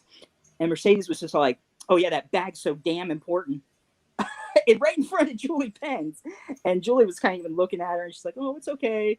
And then Robia ended up having it, but she's just rude the whole time. And like, she's acting like that in front of Julie Benz. And I'm like, oh my God. Like, I'm sure she remembered me from Tampa too. I know she did. But yeah, I just, bad encounters with her. Yeah, I forget what convention it was. It wasn't a bad like encounter or whatever, but there was some convention. We actually stayed in the hotel that it was at. And I think that's the first time we ever did that. And, this was in Chicago, and they tell us when we was, I think we all had to, like, when we had to go get our tickets or whatever it was, or bracelets or whatever it was. They said, no, the actors are staying in the hotel too. So if you see them out and about, be respectful. Don't like mob them or try whatever. Mm-hmm. First thing, as soon as we left there to get that, we went to go take something up to our room. Brad Doddruff walking right at us, and I'm just like staring at him, like, Chucky's walking towards us. Chucky's walking towards us.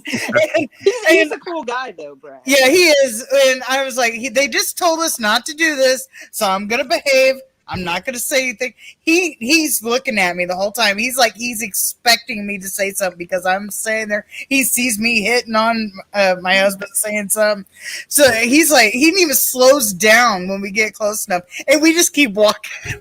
Because I'm like, I'm not doing it. I'm not doing it. But he probably would have stopped and talked. But I mean, like, I'll say hi. I mean, I won't run up to him and be like, oh, can I get, I don't mob. Right, yeah. Yeah, I'm not saying you did. But yeah, I was just like, I didn't know how to do that. I was like, I've only been to a few conventions, and they just tell us, if you see the actors outside of like where the convention area is. That? Because I've never heard of I don't remember. I know it was in Chicago. Mm-hmm. And I want to say it was at a Hilton. That's all I can remember. Without going through, I'd have to get on Facebook and look at my picture. I could tell that makes sense. It was at a Hilton. Yeah, it might have been the Hilton staff for all I know that said it. But yeah, they were filming one of those Chicago. What is it called? Chicago Fire. One of those police shows. They were filming that at the Hilton at the same time the convention was. I want to say it was Mad Mobster, but don't quote me on it. Like I said, I would have to look through my photo album to be sure, because I know that's where I met Gunner. That's where I had my photo op with Kane Hodder, where he's dressed up as Jason 7. Mm-hmm. That almost sounds like a Mad Monster, because I know they do a lot of photo characters. Yeah, I want to say it was that, but without checking my Facebook, I can't 100% say it. But yeah, they told us that. It could have been people from the hotel too. I don't really know. It could have just been the hotel people, maybe. It might have been, but yeah, I saw him, and some's like, and he's like legitimate, and I was like, then we had the photo op with him later, and I was just like, ah. But yeah, that was interesting. Yeah, when I was in Texas, Linda Hamilton was I ended up just talking to her. We were getting food there. She was actually telling me, she's like, "Oh, that's good. You should try that." And we were just talking and stuff. And she was like, "Linda," I'm like, "Steven." And of course, I knew who she was. And she was kind of cool. Well, she said it, not me, but when she like grabbed my arm and stuff, like kind of gave me a hug, and she goes, "Oh, my hands are cold. I'm sorry." And I'm like, "That's okay. I can tell people Linda Hamilton literally gave me the chills." She was really nice and talkative. Like, I mean, she started talking to me before I started talking to her, and yeah, she was really nice. I mean, there's good encounters depending, I guess, who the person is, the situation. But I mean, as long as you don't like just right away, just crowd them right away and just want to demand stuff. And I mean, if you're just chill and talk and say, hey, most of them are pretty approachable. Yeah. Yeah, and that was just like the only reason I didn't really. I think I kind of said hi as we was walking by, but I was so afraid to stop because they had just said that, and I was like, I don't want to piss off Brad Dondorf of all people. It was like, as soon as I was like, legitimate first person we just saw, I was like, oh my god. But yeah, it was probably somebody from the hotel and not the convention. But yeah, they just got done telling us, if you see, the actors are staying here, so if you see them outside the convention area, leave them alone. So. They weren't just telling us. It was like a kind of a group that was there. But yeah, it was probably the Hilton. But that was the only Mad Mobster I'd ever been to. I got to take this off. It's falling off. Yeah, I haven't been to them, so maybe they might have another policy or something. I don't know. Maybe, I don't know. That's the only one I ever went to. Because I've only been to, I think, about 5 total, maybe. I don't know. It was mainly in Chicago, and we went to one in Indianapolis. But the only one in Chicago, I went to Flashback, and it was, I think, 2003, and it was David Boreanaz's first convention, a U.S. convention, and I went to that one because I had a friend who lives there, and I had stayed with her and her family, and we went there. And then my aunt works for Southwest, so I was lucky enough to get a free flight and everything, so that was a good trip to go and... What movie's that there, Patrick? Yeah, it had a glare. I couldn't see it. Green Lantern. Okay. But yeah, I went to Mad Mobster. I went to Horror Hound, which is in Indianapolis. Yeah. I went to Wizard World, which I know is more of a popular one. And then I went to Walker Stalker Con. Which Walker did you go to? The first one, or which one did you go to? I just remember it being called Walker Stalker Con. I don't remember it having like a number or something to it. Well, because I had ended up going to the first one, and that was when the cast of Holliston was there, Adam Green and Corey and all them, and nice. They were told that it was like a horror convention. They didn't realize it was going to be a Walking Dead, and they were like way in the back. But actually, Danielle Harris was a couple table like not too far from them. And it was also the time, I don't know what happened, if there was a shooting or something at their airport. They were already on the plane. Which movie is the Lego Batman? That's a good one. Yeah. But there's a time they were delayed, and Danielle was telling me something about how, there was like a shooting, or they were on their plane, thankfully, and all, because I hadn't met Corey yet, but I met the rest of them at Spooky Empire, and she was pretty much the main reason why I was going, besides, well, then they added Andrew Lincoln and like bigger people and everything, but they didn't realize the convention, but it was fine with me because I got to talk to them the rest of the weekend. And I tried to get people to go over there, be like, hey, have you heard of Holliston or Hatchet? To try to help. Yeah. Because like their panel, I went up on stage with them. They did like a live Holliston, and it's even on YouTube. If you look up Holliston Walker Stalker, Kane Hodder, Zach Galligan, they were all part of the show. It was like a live stage show of the TV show. There was a point I was saying. Oh, Andrew Lincoln. Like Andrew Lincoln's was like packed almost to the door. Everybody leaves. There was like 10 of us. Yeah, I don't think Andrew Lincoln was at the one I went to. I remember like we had a big photo shoot that was supposed to have like 15 members or something of the crew. Yeah. And like a lot of them had to end up canceling because of scheduling things. I think Michonne, a lot of them I can't remember their real name, but I think Michonne was supposed to be there, but she canceled. I can't remember who else was supposed to be there. That wasn't the one I went to because she was at a Walker Stalker that I went to, so maybe this was like one of the future ones. Yeah, I don't remember what year it is. I know it's the only one that my son went to. I'll wave too. I don't know who we're Hey, waving. Who are we waving guys, to? I got to wrap this up. I got Oh, go to ahead. film for tomorrow. Oh, sorry. We're just sorry, we're jabbering. rambling. So go ahead. Sorry about that. We're just like going on about conventions. Sorry. Yeah, we we still got to gotta film. film. We still got to film tomorrow's video and get ready for bed. So we're looking at about another 4 hours of being awake. Oh, okay. Okay. Yeah. Yeah, it So, just turned midnight here, so I should probably be getting off too. I wasn't even watching the time. Well, next week I will be hosting. I will be hosting next week when we have Hobbs will return, as long as well we will have Meredith Moeller from Triggered next week on my channel. Nice. Fun. Yeah. all right. Well, everybody, bye. Bye. Bye.